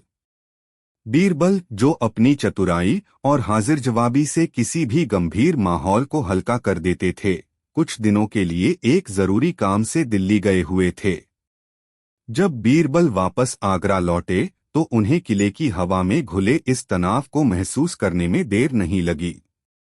उन्होंने दरबारियों से, सेवकों से और अंत में मरियमुज़्ज़मानी से मिलकर पूरे मामले की तह तक जानकारी हासिल की। सब कुछ जानने के बाद बीरबल का दिल भर आया। वह जानते थे कि बादशाह और शहजादे दोनों ही अपनी अपनी जगह सही होते हुए भी गलत थे। एक का अहंकार आड़े आ रहा था तो दूसरे का आत्मसम्मान। वह यह भी जानते थे कि इस दीवार को अगर जल्द ही नहीं गिराया गया तो इसमें पड़ी दरारें इतनी चौड़ी हो जाएंगी कि उन्हें भरना नामुमकिन हो जाएगा। बीरबल ने शहंशाह से मिलने का फैसला किया, लेकिन वह जानते थे कि सीधी सीधी सलाह इस वक्त आग में घी डालने का काम करेगी। अकबर अपने गुस्से में किसी की सुनने वाले नहीं थे। बीरबल को कुछ ऐसा करना था जो नायाब हो, जो सीधा दिल पर चोट करे और शहंशाह को उनकी गलती का एहसास भी करा दे, बिना उन्हें यह जताए कि कोई उन्हें सिखा रहा है। कई घंटों तक अपने कक्ष में टहलते हुए बीरबल सोचते रहे। उन्होंने कई तरकीबें सोचीं और खारिज कर दीं। वह कोई कहानी सुना सकते थे, लेकिन अकबर समझ जाते कि निशाना उन्हीं पर है। वह किसी और दरबारी की मिसाल दे सकते थे, लेकिन बादशाह उसे भी अपनी ओर मोड़ लेते। उन्हें कुछ ऐसा करना था जो तर्क और दलील से परे हो, जो भावनाओं के स्तर पर काम करे। और तभी उनके दिमाग में एक बिजली सी कौंधी। एक ऐसी तरकीब जो जितनी बचकानी थी, उतनी ही गहरी भी। एक ऐसा नाटक जिसकी सफलता पूरी तरह से उनके अभिनय और बादशाह की प्रतिक्रिया पर निर्भर थी। उन्होंने मुस्कुराते हुए फैसला किया, अगर बादशाह अपने अंदर के पिता को अपने शाही अहंकार के नीचे दबा सकते हैं, तो बीरबल को भी अपने अंदर के बच्चे को बाहर लाना होगा। अगली सुबह दीवान-ए-आम खचाखच भरा हुआ था। सभी अमीर-उमरा, मनसबदार और दरबारी अपनी अपनी जगहों पर बैठे थे और हमेशा की तरह शहंशाह अकबर के आने का इंतजार कर रहे थे। बादशाह तशरीफ लाए, लेकिन उनके चेहरे पर वही तनाव और गंभीरता थी जो पिछले कई दिनों से छाई हुई थी। उन्होंने सिंहासन पर बैठते ही कार्यवाही शुरू करने का आदेश दिया। कार्यवाही अभी शुरू ही हुई थी कि दरबार के मुख्य द्वार पर एक अजीब सा शोर सुनाई दिया। संतरियों की आवाजें आ रही थीं, जो किसी को रोकने की कोशिश कर रहे थे।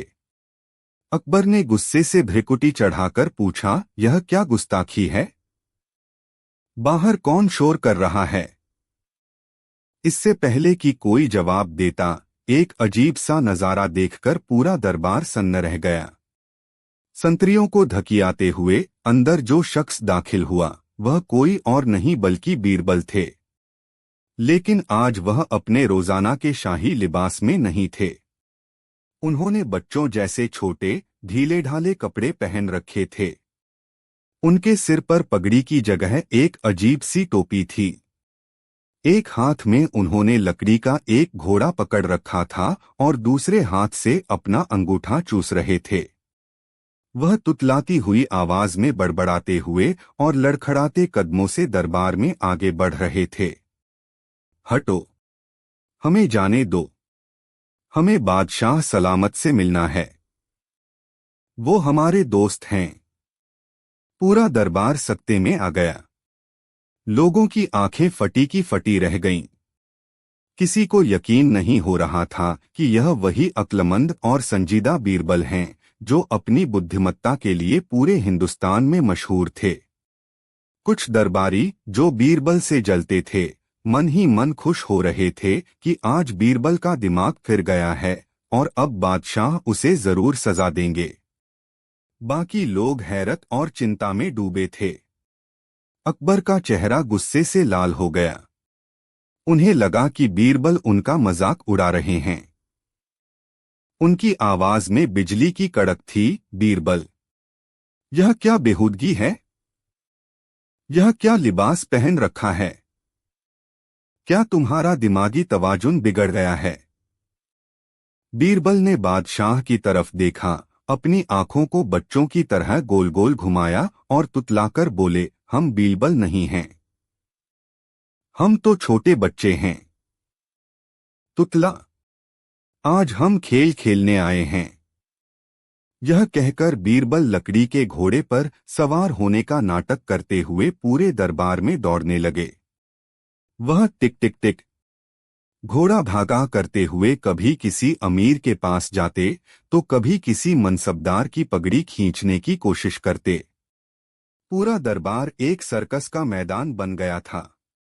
दरबारी शर्मिंदगी और हैरानी से गड़े जा रहे थे। अकबर की बर्दाश्त की हद खत्म हो गई। वह सिंहासन से खड़े हो गए और चिल्लाए, बस करो यह पागलपन बीरबल। हम तुम्हें हुक्म देते हैं, फौरन अपनी इस हरकत को बंद करो और बताओ कि यह सब क्या है। बीरबल दौड़ते हुए आए और सिंहासन के पास आकर जमीन पर बैठ गए। उन्होंने अपना लकड़ी का घोड़ा एक तरफ फेंका और बच्चों की तरह रोनी सूरत बनाकर बोले, आप हम पर गुस्सा क्यों कर रहे हैं? हम तो बस खेल रहे थे। आप भी तो खेल रहे हैं। अकबर ने हैरानी से पूछा, हम कौन सा खेल खेल रहे हैं? बीरबल ने मासूमियत से सिर हिलाया और कहा, हाँ, आप भी तो खेल रहे हैं। मैं बादशाह हूं, मेरी बात ही सी है वाला खेल। इस खेल में आप इतने डूब गए हैं कि आपको कुछ और दिखाई ही नहीं दे रहा। अकबर अवाक रह गए। बीरबल की बात एक तीर की तरह उनके दिल में लगी थी, लेकिन वह अभी भी अपने गुस्से पर काबू रखे हुए थे। उन्होंने अपनी आवाज को नरम करने की कोशिश की और बोले, देखो बीरबल, हम तुम्हारी इज्जत करते हैं, लेकिन इसका यह मतलब नहीं कि तुम दरबार की तौहीन करो। एक बच्चे की तरह बर्ताव करना तुम्हें शोभा नहीं देता। बीरबल ने जमीन पर पैर पटकते हुए कहा, क्यों? जब आप एक जिद्दी बच्चे की तरह बर्ताव कर सकते हैं, तो हम क्यों नहीं? एक बच्चा भी तो यही करता है। जब उसका पसंदीदा खिलौना उसकी बात नहीं मानता, तो वह गुस्से में उसे उठाकर फेंक देता है, उससे बात करना बंद कर देता है। आप भी तो वही कर रहे हैं। अब दरबार में पूरी तरह सन्नाटा छा गया था। हर कोई समझ गया था कि बीरबल किस खिलौने की बात कर रहे हैं। इशारा साफ तौर पर शहजादे सलीम की तरफ था। अकबर का चेहरा पीला पड़ गया। बीरबल की बातें, जो एक बच्चे के मुंह से निकल रही थीं, किसी भी दरबारी की सलाह से ज्यादा असरदार थीं। बीरबल रुके नहीं, वह उसी बचकाने अंदाज में आगे बोले, आपने भी तो अपने सबसे प्यारे खिलौने, अपने शहजादे को, अपनी जिद की वजह से खुद से दूर फेंक दिया है। आप उससे बात नहीं कर रहे, उसकी सूरत नहीं देख रहे, सिर्फ इसलिए कि उसने आपकी मर्जी के खिलाफ जाने की हिम्मत की। क्या एक पिता ऐसा करता है, जहां पना? या एक जिद्दी बच्चा? यह आखिरी सवाल एक हथौड़े की तरह अकबर के अहंकार पर पड़ा। जिद्दी बच्चा, यह शब्द उनके कानों में गूंजने लगे। उनकी आंखों के सामने एक धुंध सी छा गई। उन्हें सलीम का बचपन याद आ गया। कैसे वह छोटी छोटी बातों पर रूठ जाता था, और कैसे वह, यानी अकबर, उसे मनाने के लिए किसी भी हद तक चले जाते थे। उन्हें याद आया कि कैसे एक बार सलीम ने एक चांद को पकड़ने की जिद की थी और उन्होंने पानी के एक बर्तन में चांद का अक्स दिखाकर उसे बहलाया था। आज उनका बेटा बड़ा हो गया था, उसकी अपनी सोच थी, और वह उसे समझने की बजाय उससे एक बच्चे की तरह रूठकर बैठ गए थे। अकबर की आंखों में पानी भर आया। उनका सारा गुस्सा, सारा अहंकार उस एक पल में पिघलकर बह गया। उन्होंने अपनी भरी हुई आवाज से कहा, बस करो बीरबल, बस करो। बीरबल समझ गए कि उनका तीर निशाने पर लग चुका है। वह चुपचाप खड़े हो गए। उन्होंने अपनी अजीब सी टोपी उतारी और लकड़ी का घोड़ा एक तरफ रख दिया। अब वह एक बच्चे नहीं, बल्कि हिंदुस्तान के सबसे बुद्धिमान मंत्री लग रहे थे। अकबर कुछ देर खामोश सिंहासन पर बैठे रहे। फिर उन्होंने एक सेवक को इशारा किया और कांपती हुई आवाज में कहा, जाओ, शहजादे सलीम से कहो कि उनके वालिद उन्हें फौरन याद कर रहे हैं। दरबार में मौजूद हर शख्स ने राहत की सांस ली। कुछ ही देर में शहजादे सलीम, जिनका चेहरा दुख और कमजोरी से मुरझाया हुआ था, दरबार में हाजिर हुए। उन्हें नहीं पता था कि उन्हें क्यों बुलाया गया है। उन्हें डर था कि शायद उनके पिता उन्हें कोई और सजा देने वाले हैं। लेकिन उन्होंने जो देखा, उसकी उन्हें उम्मीद नहीं थी। शहंशाह अकबर अपनी गद्दी से उतरे, तेजी से सलीम की तरफ बढ़े और बिना कुछ कहे उन्हें कसकर अपने गले से लगा लिया। बाप और बेटे कई दिनों के बाद मिल रहे थे। दोनों की आंखों से आंसू बह रहे थे। अकबर ने सलीम के सिर पर हाथ फेरते हुए कहा, हमें माफ कर दो बेटा। गलती तुम्हारी नहीं, हमारी थी। हम भूल गए थे कि एक बादशाह होने से पहले हम एक पिता हैं। सलीम भी रोते हुए बोले, नहीं अब्बा हुजूर, गलती मेरी थी। मुझे आपसे इस तरह बात नहीं करनी चाहिए थी। उस दिन आगरा के किले की दीवारों ने पिता और पुत्र के इस मिलाप को देखा। सारा तनाव, सारी कड़वाहट आंसुओं में बह गई। दरबारियों की आंखों में भी खुशी के आंसू थे। जब माहौल थोड़ा शांत हुआ तो अकबर ने बीरबल की तरफ देखा। उनकी आंखों में गुस्सा नहीं बल्कि कृतज्ञता थी। उन्होंने मुस्कुराते हुए कहा, बीरबल, आज तुमने हमें जो सबक सिखाया है वह हम जिंदगी भर नहीं भूलेंगे। तुमने साबित कर दिया कि कभी कभी बड़े बड़ों की अक्ल ठिकाने लाने के लिए एक बच्चे की मासूमियत और नादानी ही सबसे बड़ा हथियार होती है। तुम्हारा यह बचपना तुम्हारी सबसे बड़ी बुद्धिमानी थी। बीरबल ने सिर झुकाकर कहा, गुस्ताखी माफ हो जहांपनाह, लेकिन कभी कभी आईना दिखाने के लिए खुद आईना बनना पड़ता है। आप इस सल्तनत के पिता हैं और एक पिता का दिल जिद और गुस्से से नहीं बल्कि प्यार और समझदारी से भरा होना चाहिए। उस दिन के बाद अकबर और सलीम के रिश्ते में एक नई गहराई और मजबूती आ गई। अकबर ने यह सीखा कि सत्ता का मतलब सिर्फ हुक्म चलाना नहीं बल्कि दूसरों के विचारों का सम्मान करना भी है, चाहे वह उनका अपना बेटा ही क्यों न हो। और यह सब मुमकिन हुआ बीरबल की एक अनोखी तरकीब से, जब हिंदुस्तान के सबसे चतुर मंत्री को बादशाह की गलती का एहसास कराने के लिए एक बच्चा बनना पड़ा। यह कहानी इतिहास के पन्नों में हमेशा के लिए दर्ज हो गई, एक मिसाल के तौर पर कि सच्ची बुद्धिमत्ता कभी कभी सबसे सरल और अप्रत्याशित रूपों में सामने आती है। जोरू का गुलाम। बीरबल ने जोरू का गुलाम होने का एक नया अर्थ बताया। आगरा के किले में उस दिन दोपहर की खामोशी को तोड़ती हुई शहंशाह अकबर की हंसी की गूंज दीवानैकास की दीवारों से टकरा रही थी। मौसम खुशगवार था और शहंशाह का मिजाज भी।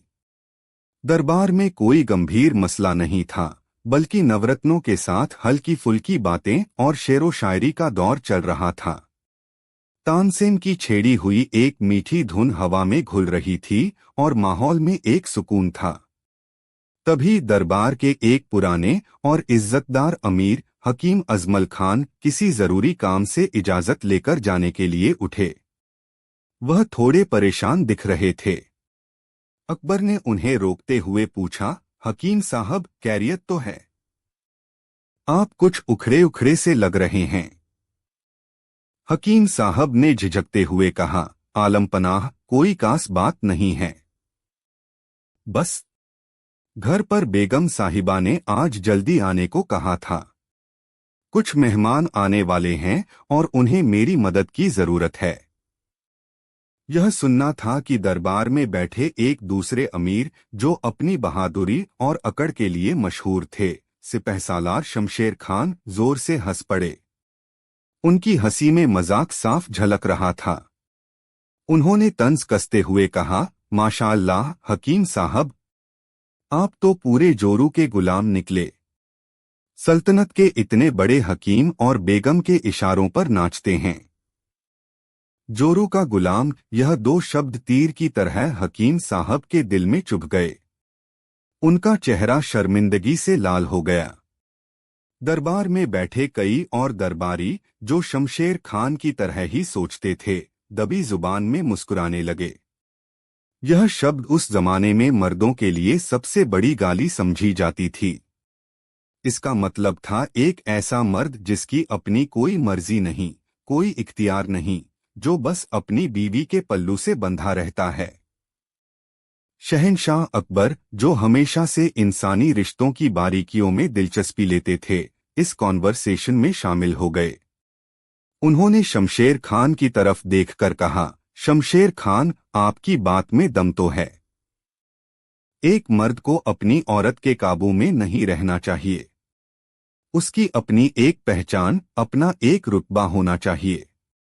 फिर वह पूरे दरबार की ओर मुकातिब हुए। आज हम यह जानना चाहते हैं कि हमारे इस दरबार में, हमारे इन अमीरों और मनसबदारों में ऐसे कितने मर्द हैं जो वाकई में मर्द हैं, जो जोरू के गुलाम नहीं हैं। हम उन लोगों को सम्मानित करना चाहेंगे जो अपनी पत्नियों के आगे नहीं झुकते, जिनकी घर में तूती बोलती है। यह ऐलान होते ही दरबार में एक अजीब सी खामोशी छा गई। हर कोई एक दूसरे को देखने लगा। शमशेर खान ने गर्व से अपनी छाती चौड़ी कर ली, जैसे यह इनाम तो उन्हीं के लिए बना हो। उन्होंने खड़े होकर कहा, जहां पनाह, इस नाचीज को देख लीजिए। मेरे घर में मेरे हुक्म के बिना पत्ता भी नहीं हिलता। मेरी बेगम तो मेरी परछाई से भी डरती है। कई और दरबारियों ने भी खड़े होकर अपनी अपनी बहादुरी के किस्से सुनाने शुरू कर दिए। कोई कह रहा था कि उसकी बीवी तो उसके सामने सिर उठाकर बात भी नहीं करती, तो कोई डींगे हाँक रहा था कि वह अपनी बीवी को मायके भी अपनी मर्जी से ही भेजता है। माहौल ऐसा बन गया था मानो घर में अपनी बीवी को दबाकर रखना ही सबसे बड़ी मर्दानगी हो। अकबर यह सब सुन रहे थे, लेकिन उनकी नजरें अपने सबसे अक्लमंद नवरत्न बीरबल को ढूंढ रही थीं।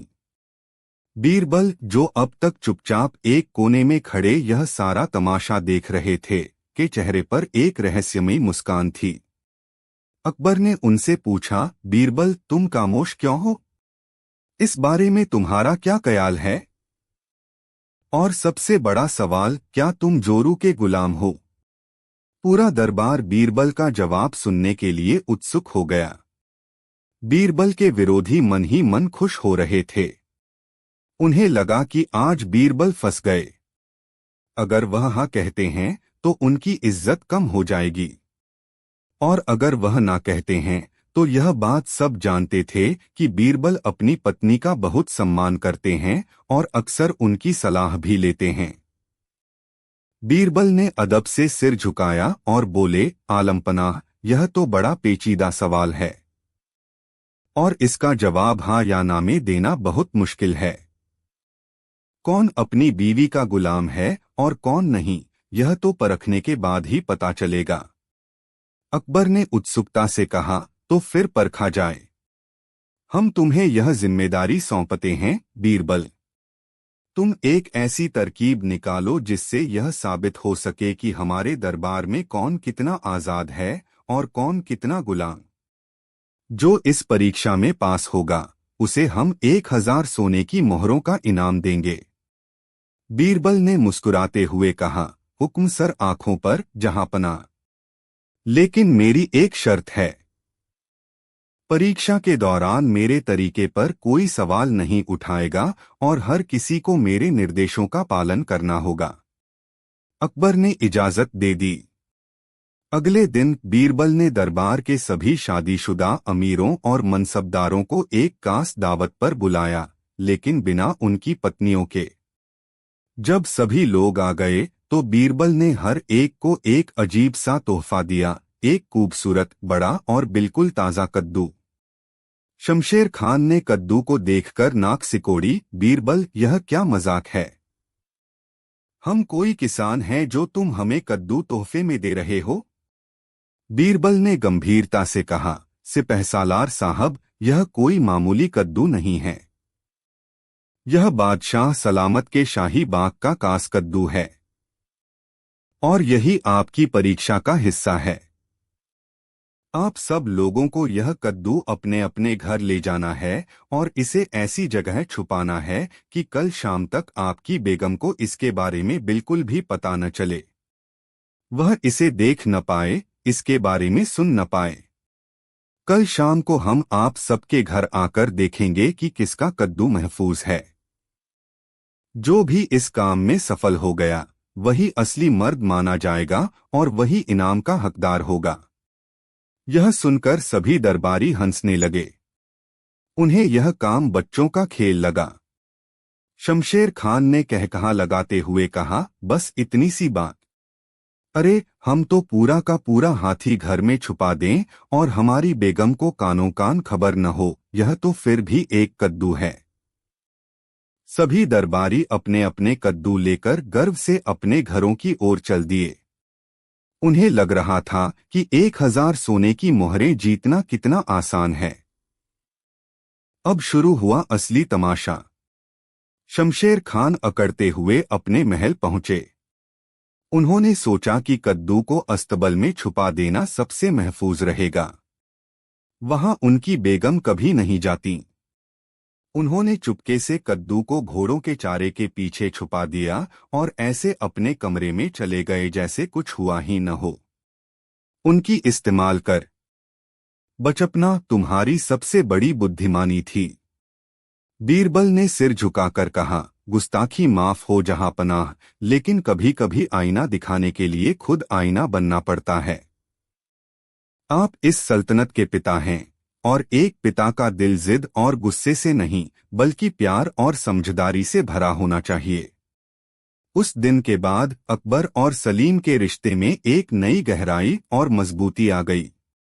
अकबर ने यह सीखा कि सत्ता का मतलब सिर्फ हुक्म चलाना नहीं बल्कि दूसरों के विचारों का सम्मान करना भी है, चाहे वह उनका अपना बेटा ही क्यों न हो।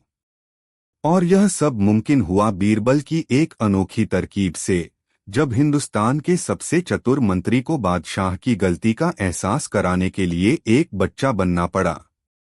यह कहानी इतिहास के पन्नों में हमेशा के लिए दर्ज हो गई, एक मिसाल के तौर पर कि सच्ची बुद्धिमत्ता कभी कभी सबसे सरल और अप्रत्याशित रूपों में सामने आती है।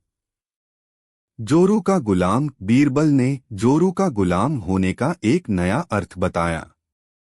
आगरा के किले में उस दिन दोपहर की खामोशी को तोड़ती हुई शहंशाह अकबर की हंसी की गूंज दीवानैकास की दीवारों से टकरा रही थी। मौसम खुशगवार था और शहंशाह का मिजाज भी। दरबार में कोई गंभीर मसला नहीं था, बल्कि नवरत्नों के साथ हल्की फुल्की बातें और शेरो शायरी का दौर चल रहा था। तानसेन की छेड़ी हुई एक मीठी धुन हवा में घुल रही थी और माहौल में एक सुकून था। तभी दरबार के एक पुराने और इज्जतदार अमीर हकीम अजमल खान किसी जरूरी काम से इजाजत लेकर जाने के लिए उठे। वह थोड़े परेशान दिख रहे थे। अकबर ने उन्हें रोकते हुए पूछा, हकीम साहब, खैरियत तो है? आप कुछ उखड़े उखड़े से लग रहे हैं। हकीम साहब ने झिझकते हुए कहा, आलम पनाह, कोई खास बात नहीं है। बस घर पर बेगम साहिबा ने आज जल्दी आने को कहा था। कुछ मेहमान आने वाले हैं और उन्हें मेरी मदद की जरूरत है। यह सुनना था कि दरबार में बैठे एक दूसरे अमीर, जो अपनी बहादुरी और अकड़ के लिए मशहूर थे, सिपहसालार शमशेर खान, जोर से हंस पड़े। उनकी हंसी में मजाक साफ झलक रहा था। उन्होंने तंज कसते हुए कहा, माशाअल्लाह हकीम साहब, आप तो पूरे जोरू के गुलाम निकले। सल्तनत के इतने बड़े हकीम और बेगम के इशारों पर नाचते हैं। जोरू का गुलाम, यह दो शब्द तीर की तरह हकीम साहब के दिल में चुभ गए। उनका चेहरा शर्मिंदगी से लाल हो गया। दरबार में बैठे कई और दरबारी, जो शमशेर खान की तरह ही सोचते थे, दबी जुबान में मुस्कुराने लगे। यह शब्द उस जमाने में मर्दों के लिए सबसे बड़ी गाली समझी जाती थी। इसका मतलब था एक ऐसा मर्द जिसकी अपनी कोई मर्जी नहीं, कोई इख्तियार नहीं, जो बस अपनी बीवी के पल्लू से बंधा रहता है। शहंशाह अकबर, जो हमेशा से इंसानी रिश्तों की बारीकियों में दिलचस्पी लेते थे, इस कॉन्वर्सेशन में शामिल हो गए। उन्होंने शमशेर खान की तरफ देखकर कहा, शमशेर खान, आपकी बात में दम तो है। एक मर्द को अपनी औरत के काबू में नहीं रहना चाहिए। उसकी अपनी एक पहचान, अपना एक रुतबा होना चाहिए। फिर वह पूरे दरबार की ओर मुकातिब हुए, आज हम यह जानना चाहते हैं कि हमारे इस दरबार में, हमारे इन अमीरों और मनसबदारों में ऐसे कितने मर्द हैं जो वाकई में मर्द हैं, जो जोरू के गुलाम नहीं हैं। हम उन लोगों को सम्मानित करना चाहेंगे जो अपनी पत्नियों के आगे नहीं झुकते, जिनकी घर में तूती बोलती है। यह ऐलान होते ही दरबार में एक अजीब सी खामोशी छा गई। हर कोई एक दूसरे को देखने लगा। शमशेर खान ने गर्व से अपनी छाती चौड़ी कर ली, जैसे यह इनाम तो उन्हीं के लिए बना हो। उन्होंने खड़े होकर कहा, जहांपनाह, इस नाचीज को देख लीजिए। मेरे घर में मेरे हुक्म के बिना पत्ता भी नहीं हिलता। मेरी बेगम तो मेरी परछाई से भी डरती है। कई और दरबारियों ने भी खड़े होकर अपनी अपनी बहादुरी के किस्से सुनाने शुरू कर दिए। कोई कह रहा था कि उसकी बीवी तो उसके सामने सिर उठाकर बात भी नहीं करती, तो कोई डींगे हाँक रहा था कि वह अपनी बीवी को मायके भी अपनी मर्जी से ही भेजता है। माहौल ऐसा बन गया था मानो घर में अपनी बीवी को दबाकर रखना ही सबसे बड़ी मर्दानगी हो। अकबर यह सब सुन रहे थे, लेकिन उनकी नजरें अपने सबसे अक्लमंद नवरत्न बीरबल को ढूंढ रही थीं। बीरबल, जो अब तक चुपचाप एक कोने में खड़े यह सारा तमाशा देख रहे थे, के चेहरे पर एक रहस्यमयी मुस्कान थी। अकबर ने उनसे पूछा, बीरबल, तुम खामोश क्यों हो? इस बारे में तुम्हारा क्या ख्याल है? और सबसे बड़ा सवाल, क्या तुम जोरू के गुलाम हो? पूरा दरबार बीरबल का जवाब सुनने के लिए उत्सुक हो गया। बीरबल के विरोधी मन ही मन खुश हो रहे थे। उन्हें लगा कि आज बीरबल फंस गए।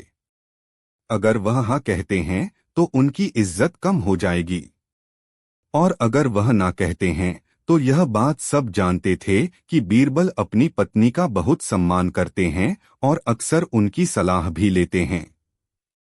बीरबल ने अदब से सिर झुकाया और बोले, आलमपनाह, यह तो बड़ा पेचीदा सवाल है और इसका जवाब हाँ या ना में देना बहुत मुश्किल है। कौन अपनी बीवी का गुलाम है और कौन नहीं, यह तो परखने के बाद ही पता चलेगा। अकबर ने उत्सुकता से कहा, तो फिर परखा जाए। हम तुम्हें यह जिम्मेदारी सौंपते हैं, बीरबल। तुम एक ऐसी तरकीब निकालो जिससे यह साबित हो सके कि हमारे दरबार में कौन कितना आजाद है और कौन कितना गुलाम। जो इस परीक्षा में पास होगा उसे हम 1000 सोने की मोहरों का इनाम देंगे। बीरबल ने मुस्कुराते हुए कहा, हुक्म सर आंखों पर, जहांपनाह। लेकिन मेरी एक शर्त है। परीक्षा के दौरान मेरे तरीके पर कोई सवाल नहीं उठाएगा और हर किसी को मेरे निर्देशों का पालन करना होगा। अकबर ने इजाजत दे दी। अगले दिन बीरबल ने दरबार के सभी शादीशुदा अमीरों और मनसबदारों को एक खास दावत पर बुलाया, लेकिन बिना उनकी पत्नियों के। जब सभी लोग आ गए तो बीरबल ने हर एक को एक अजीब सा तोहफा दिया, एक खूबसूरत, बड़ा और बिल्कुल ताज़ा कद्दू। शमशेर खान ने कद्दू को देखकर नाक सिकोड़ी, बीरबल, यह क्या मजाक है? हम कोई किसान हैं जो तुम हमें कद्दू तोहफे में दे रहे हो? बीरबल ने गंभीरता से कहा, सिपहसालार साहब, यह कोई मामूली कद्दू नहीं है। यह बादशाह सलामत के शाही बाग का खास कद्दू है और यही आपकी परीक्षा का हिस्सा है। आप सब लोगों को यह कद्दू अपने अपने घर ले जाना है और इसे ऐसी जगह छुपाना है कि कल शाम तक आपकी बेगम को इसके बारे में बिल्कुल भी पता न चले।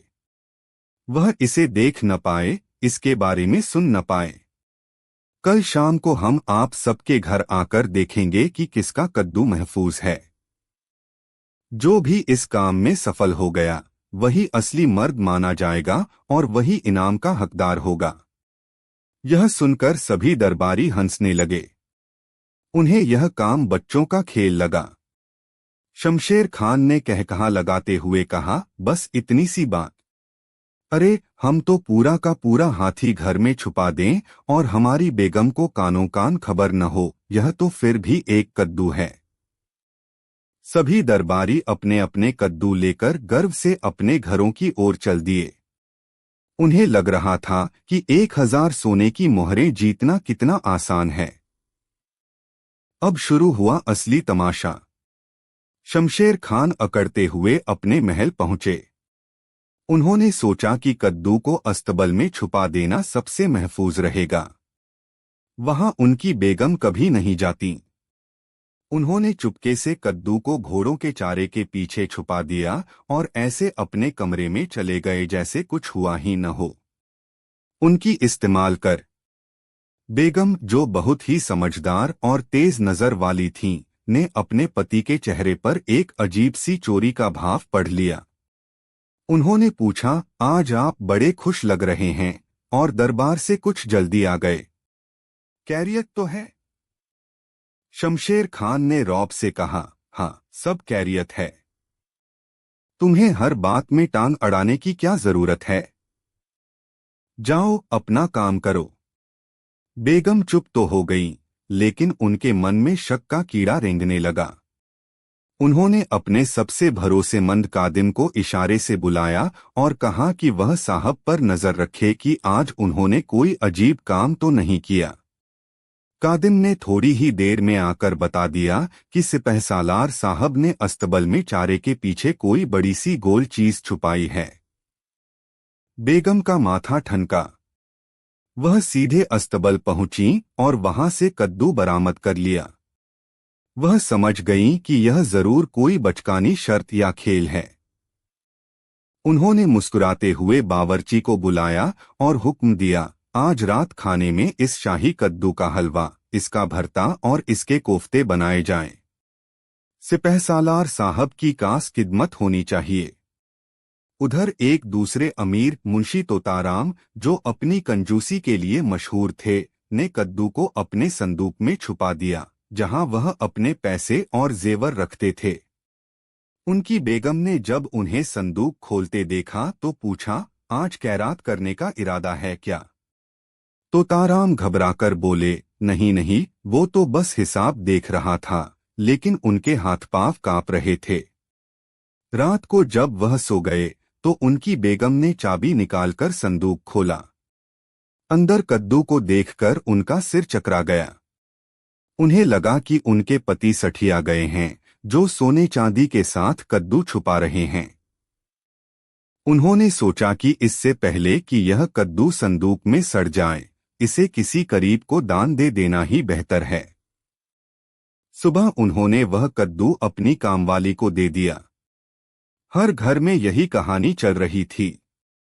कोई दरबारी कद्दू को छत पर पानी की टंकी में छुपा रहा था, तो कोई अपने पलंग के नीचे।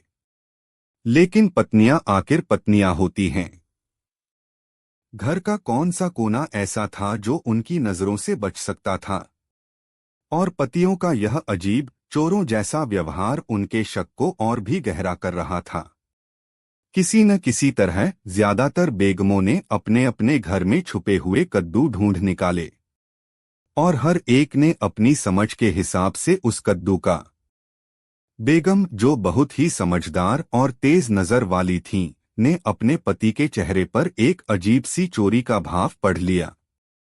उन्होंने पूछा, आज आप बड़े खुश लग रहे हैं और दरबार से कुछ जल्दी आ गए। कैरियत तो है? शमशेर खान ने रौब से कहा, हाँ, सब कैरियत है। तुम्हें हर बात में टांग अड़ाने की क्या जरूरत है? जाओ अपना काम करो। बेगम चुप तो हो गई, लेकिन उनके मन में शक का कीड़ा रेंगने लगा। उन्होंने अपने सबसे भरोसेमंद कादिम को इशारे से बुलाया और कहा कि वह साहब पर नजर रखे कि आज उन्होंने कोई अजीब काम तो नहीं किया।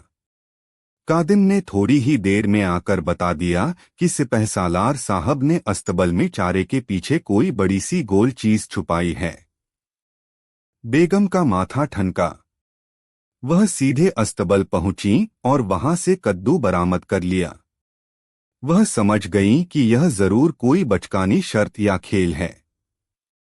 उन्होंने मुस्कुराते हुए बावर्ची को बुलाया और हुक्म दिया, आज रात खाने में इस शाही कद्दू का हलवा, इसका भरता और इसके कोफ्ते बनाए जाएं। सिपहसालार साहब की कास खिदमत होनी चाहिए। उधर एक दूसरे अमीर मुंशी तोताराम, जो अपनी कंजूसी के लिए मशहूर थे, ने कद्दू को अपने संदूक में छुपा दिया, जहां वह अपने पैसे और जेवर रखते थे। उनकी बेगम ने जब उन्हें संदूक खोलते देखा तो पूछा, आज खैरात करने का इरादा है क्या? तोताराम घबराकर बोले, नहीं नहीं, वो तो बस हिसाब देख रहा था, लेकिन उनके हाथ पांव कांप रहे थे। रात को जब वह सो गए तो उनकी बेगम ने चाबी निकालकर संदूक खोला। अंदर कद्दू को देखकर उनका सिर चकरा गया। उन्हें लगा कि उनके पति सठिया गए हैं, जो सोने चांदी के साथ कद्दू छुपा रहे हैं। उन्होंने सोचा कि इससे पहले कि यह कद्दू संदूक में सड़ जाए, इसे किसी करीब को दान दे देना ही बेहतर है। सुबह उन्होंने वह कद्दू अपनी कामवाली को दे दिया। हर घर में यही कहानी चल रही थी। कोई दरबारी कद्दू को छत पर पानी की टंकी में छुपा रहा था, तो कोई अपने पलंग के नीचे। लेकिन पत्नियां आखिर पत्नियां होती हैं। घर का कौन सा कोना ऐसा था जो उनकी नजरों से बच सकता था? और पतियों का यह अजीब, चोरों जैसा व्यवहार उनके शक को और भी गहरा कर रहा था। किसी न किसी तरह ज्यादातर बेगमों ने अपने अपने घर में छुपे हुए कद्दू ढूंढ निकाले, और हर एक ने अपनी समझ के हिसाब से उस कद्दू का लिया। इन सब के बीच एक दरबारी थे, हकीम अजमल खान, वही जो दरबार से जल्दी जाना चाहते थे। वह जब कद्दू लेकर घर पहुंचे तो बहुत परेशान थे। वह अपनी बेगम से कुछ नहीं छुपाते थे। उनकी बेगम सिर्फ उनकी पत्नी नहीं, बल्कि उनकी सबसे अच्छी दोस्त और सलाहकार थीं। वह जानते थे कि वह उनसे झूठ नहीं बोल पाएंगे। वह सीधे अपनी बेगम के पास गए, उनके हाथ में कद्दू थमाया और दरबार में हुई पूरी बात सच सच बता दी। उन्होंने कहा, मैं यह बेवकूफ़ी भरा खेल नहीं खेलना चाहता। तुम्हारी नज़रों में झूठा और चोर बनने से बेहतर है कि मैं दरबार में जोरू का गुलाम कहलाऊं और यह इनाम हार जाऊं। अब तुम ही बताओ, इस कद्दू का क्या करना है? उनकी बेगम मुस्कुराईं। उन्होंने कहा, आपने मुझ पर भरोसा किया, मेरे लिए यही सबसे बड़ा इनाम है। रही बात इस कद्दू की, तो इसे आप हमारी उस कोठरी में रख दीजिए जहां हम पुराना सामान रखते हैं। मैं वादा करती हूँ, कल शाम तक मैं उस कोठरी का दरवाजा भी नहीं खोलूंगी। हकीम साहब ने राहत की सांस ली और कद्दू को वहां रख दिया। अगली शाम वादे के मुताबिक बीरबल शहंशाह अकबर के साथ दरबारियों के घरों का दौरा करने निकले। सबसे पहले वह शमशेर खान के महल पहुंचे। शमशेर खान ने बड़ी शान से उन्हें अस्तबल ले जाकर कहा, देखिए बीरबल, मेरा कद्दू बिल्कुल महफूज है। लाइए मेरा इनाम। लेकिन जब उन्होंने चारे का ढेर हटाया तो वहां कद्दू की जगह एक काली बोरी पड़ी थी। शमशेर खान का चेहरा देखने लायक था। वह हक्के बक्के रह गए। तभी अंदर से कादिम ने आकर खबर दी, हुजूर, बेगम साहिबा ने रात के खाने पर आपको और मेहमानों को बुलाया है। आज शाही कद्दू की कई लजीज चीजें पकी हैं। यह सुनकर अकबर अपनी हंसी नहीं रोक पाए। शमशेर खान का सिर शर्म से झुक गया। इसके बाद वह जिसके भी घर गए वही हाल मिला। किसी के घर कद्दू का हलवा बन चुका था, तो किसी के घर वह दान दिया जा चुका था। मुंशी तोताराम के घर पहुंचे तो पता चला कि उनकी बेगम ने वह कद्दू बेचकर अपनी कामवाली के लिए 2 नई साड़ियां खरीद ली थीं। हर दरबारी जो कल तक अपनी मर्दानगी की डींगे हाँक रहा था, आज अपनी बेगम के सामने भीगी बिल्ली बना खड़ा था। आखिर में अकबर और बीरबल का काफिला हकीम अजमल खान के घर पहुंचा। हकीम साहब बहुत शांत थे। उन्होंने बीरबल से कहा, मैं अपनी हार पहले ही कबूल करता हूं। मेरी बेगम को इस कद्दू के बारे में सब कुछ पता है। बीरबल ने मुस्कुराकर पूछा, तो फिर कद्दू कहाँ है? हकीम साहब उन्हें कोठरी तक ले गए और दरवाजा खोला। अंदर कद्दू जैसा रखा था वैसा ही रखा हुआ था। अकबर हैरान रह गए। उन्होंने पूछा, हकीम साहब, यह कैसे हुआ?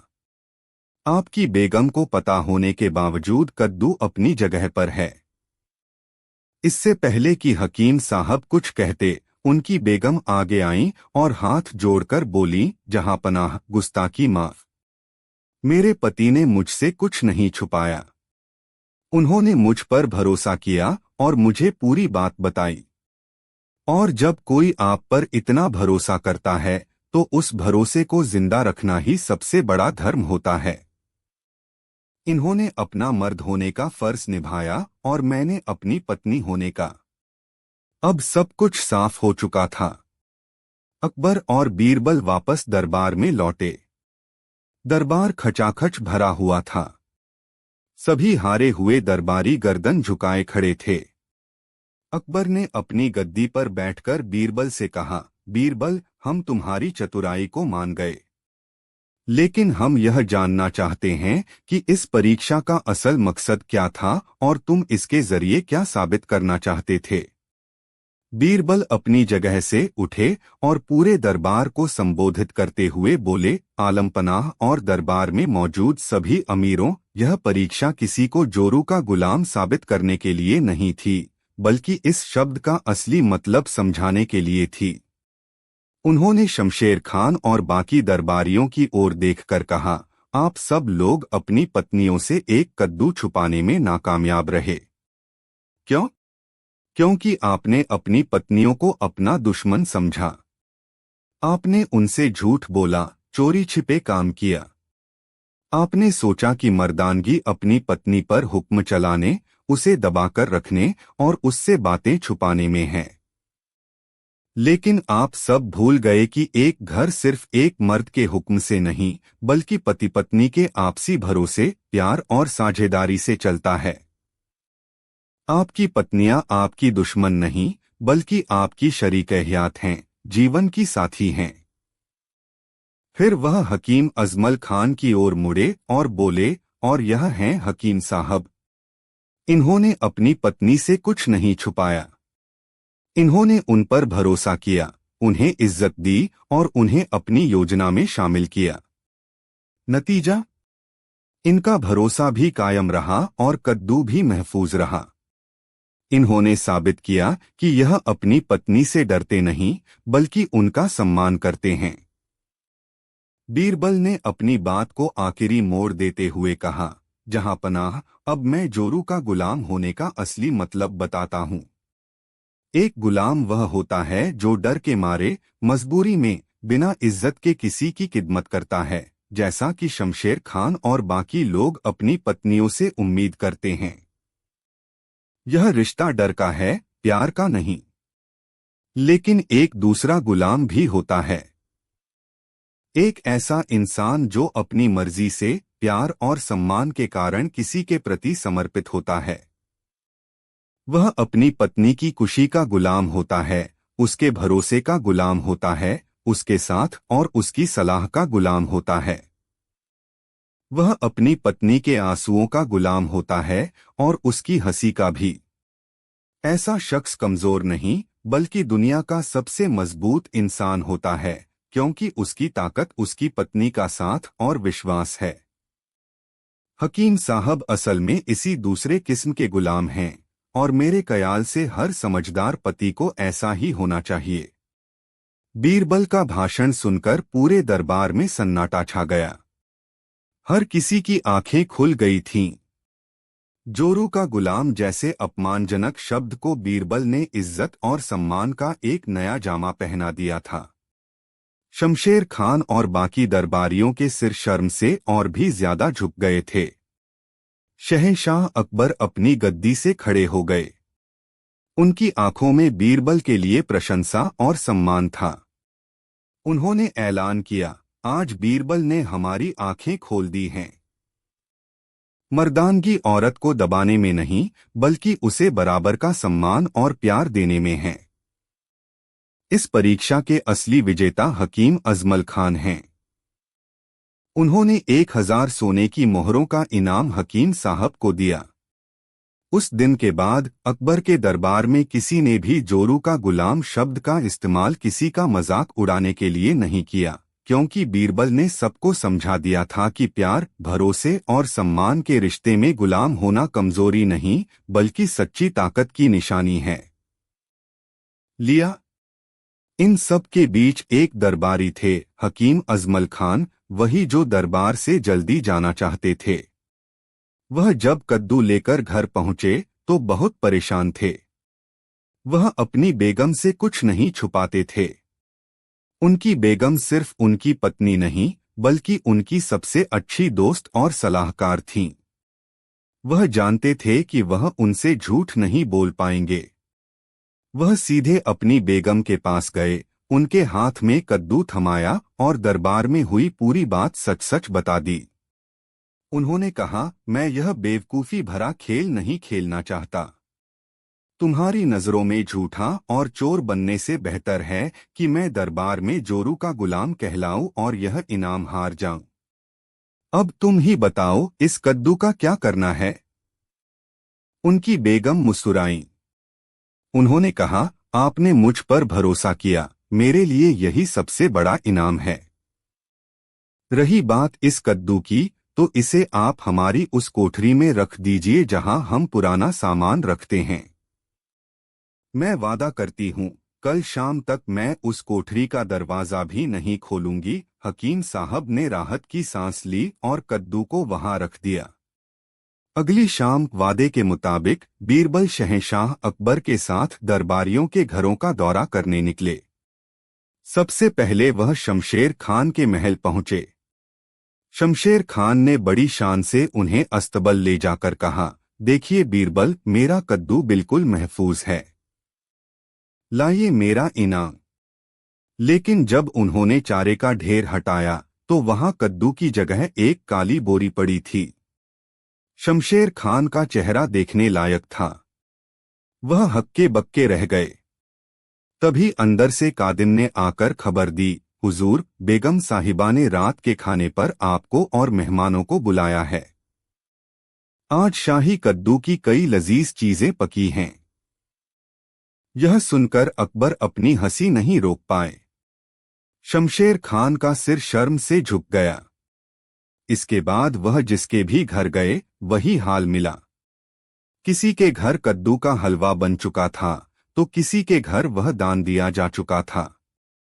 मुंशी तोताराम के घर पहुंचे तो पता चला कि उनकी बेगम ने वह कद्दू बेचकर अपनी कामवाली के लिए 2 नई साड़ियां खरीद ली थीं। हर दरबारी जो कल तक अपनी मर्दानगी की डींगे हाँक रहा था, आज अपनी बेगम के सामने भीगी बिल्ली बना खड़ा था। आखिर में अकबर और बीरबल का काफिला हकीम अजमल खान के घर पहुंचा। हकीम साहब बहुत शांत थे। उन्होंने बीरबल से कहा, मैं अपनी हार पहले ही कबूल करता हूं। मेरी बेगम को इस कद्दू के बारे में सब कुछ पता है। बीरबल ने मुस्कुराकर पूछा, तो फिर कद्दू कहाँ है? हकीम साहब उन्हें कोठरी तक ले गए और दरवाजा खोला। अंदर कद्दू जैसा रखा था वैसा ही रखा हुआ था। अकबर हैरान रह गए। उन्होंने पूछा, हकीम साहब, यह कैसे हुआ? आपकी बेगम को पता होने के बावजूद कद्दू अपनी जगह पर है। इससे पहले कि हकीम साहब कुछ कहते, उनकी बेगम आगे आईं और हाथ जोड़कर बोली, जहां पनाह, गुस्ताखी माफ। मेरे पति ने मुझसे कुछ नहीं छुपाया। उन्होंने मुझ पर भरोसा किया और मुझे पूरी बात बताई। और जब कोई आप पर इतना भरोसा करता है तो उस भरोसे को जिंदा रखना ही सबसे बड़ा धर्म होता है। इन्होंने अपना मर्द होने का फर्ज निभाया और मैंने अपनी पत्नी होने का। अब सब कुछ साफ हो चुका था। अकबर और बीरबल वापस दरबार में लौटे। दरबार खचाखच भरा हुआ था। सभी हारे हुए दरबारी गर्दन झुकाए खड़े थे। अकबर ने अपनी गद्दी पर बैठकर बीरबल से कहा, बीरबल, हम तुम्हारी चतुराई को मान गए, लेकिन हम यह जानना चाहते हैं कि इस परीक्षा का असल मकसद क्या था और तुम इसके जरिए क्या साबित करना चाहते थे। बीरबल अपनी जगह से उठे और पूरे दरबार को संबोधित करते हुए बोले, आलमपनाह और दरबार में मौजूद सभी अमीरों, यह परीक्षा किसी को जोरू का गुलाम साबित करने के लिए नहीं थी, बल्कि इस शब्द का असली मतलब समझाने के लिए थी। उन्होंने शमशेर खान और बाकी दरबारियों की ओर देखकर कहा, आप सब लोग अपनी पत्नियों से एक कद्दू छुपाने में नाकामयाब रहे। क्यों? क्योंकि आपने अपनी पत्नियों को अपना दुश्मन समझा। आपने उनसे झूठ बोला, चोरी छिपे काम किया। आपने सोचा कि मर्दानगी अपनी पत्नी पर हुक्म चलाने, उसे दबाकर रखने और उससे बातें छुपाने में है। लेकिन आप सब भूल गए कि एक घर सिर्फ एक मर्द के हुक्म से नहीं, बल्कि पति पत्नी के आपसी भरोसे, प्यार और साझेदारी से चलता है। आपकी पत्नियां आपकी दुश्मन नहीं, बल्कि आपकी शरीक-ए-हयात हैं, जीवन की साथी हैं। फिर वह हकीम अजमल खान की ओर मुड़े और बोले, और यह हैं हकीम साहब। इन्होंने अपनी पत्नी से कुछ नहीं छुपाया। इन्होंने उन पर भरोसा किया, उन्हें इज्जत दी और उन्हें अपनी योजना में शामिल किया। नतीजा? इनका भरोसा भी कायम रहा और कद्दू भी महफूज रहा। इन्होंने साबित किया कि यह अपनी पत्नी से डरते नहीं, बल्कि उनका सम्मान करते हैं। बीरबल ने अपनी बात को आखिरी मोड़ देते हुए कहा, जहां पनाह, अब मैं जोरू का गुलाम होने का असली मतलब बताता हूँ। एक गुलाम वह होता है जो डर के मारे, मजबूरी में, बिना इज्जत के किसी की खिदमत करता है, जैसा कि शमशेर खान और बाकी लोग अपनी पत्नियों से उम्मीद करते हैं। यह रिश्ता डर का है, प्यार का नहीं। लेकिन एक दूसरा गुलाम भी होता है। एक ऐसा इंसान जो अपनी मर्जी से, प्यार और सम्मान के कारण किसी के प्रति समर्पित होता है। वह अपनी पत्नी की खुशी का गुलाम होता है, उसके भरोसे का गुलाम होता है, उसके साथ और उसकी सलाह का गुलाम होता है। वह अपनी पत्नी के आंसुओं का गुलाम होता है और उसकी हंसी का भी। ऐसा शख्स कमजोर नहीं, बल्कि दुनिया का सबसे मजबूत इंसान होता है, क्योंकि उसकी ताकत उसकी पत्नी का साथ और विश्वास है। हकीम साहब असल में इसी दूसरे किस्म के गुलाम हैं, और मेरे ख्याल से हर समझदार पति को ऐसा ही होना चाहिए। बीरबल का भाषण सुनकर पूरे दरबार में सन्नाटा छा गया। हर किसी की आंखें खुल गई थीं। जोरू का गुलाम जैसे अपमानजनक शब्द को बीरबल ने इज्जत और सम्मान का एक नया जामा पहना दिया था। शमशेर खान और बाकी दरबारियों के सिर शर्म से और भी ज्यादा झुक गए थे। शहंशाह अकबर अपनी गद्दी से खड़े हो गए। उनकी आंखों में बीरबल के लिए प्रशंसा और सम्मान था। उन्होंने ऐलान किया, आज बीरबल ने हमारी आंखें खोल दी हैं। मर्दानगी औरत को दबाने में नहीं, बल्कि उसे बराबर का सम्मान और प्यार देने में है। इस परीक्षा के असली विजेता हकीम अजमल खान हैं। उन्होंने 1000 सोने की मोहरों का इनाम हकीम साहब को दिया। उस दिन के बाद अकबर के दरबार में किसी ने भी जोरू का गुलाम शब्द का इस्तेमाल किसी का मजाक उड़ाने के लिए नहीं किया, क्योंकि बीरबल ने सबको समझा दिया था कि प्यार, भरोसे और सम्मान के रिश्ते में गुलाम होना कमजोरी नहीं, बल्कि सच्ची ताकत की निशानी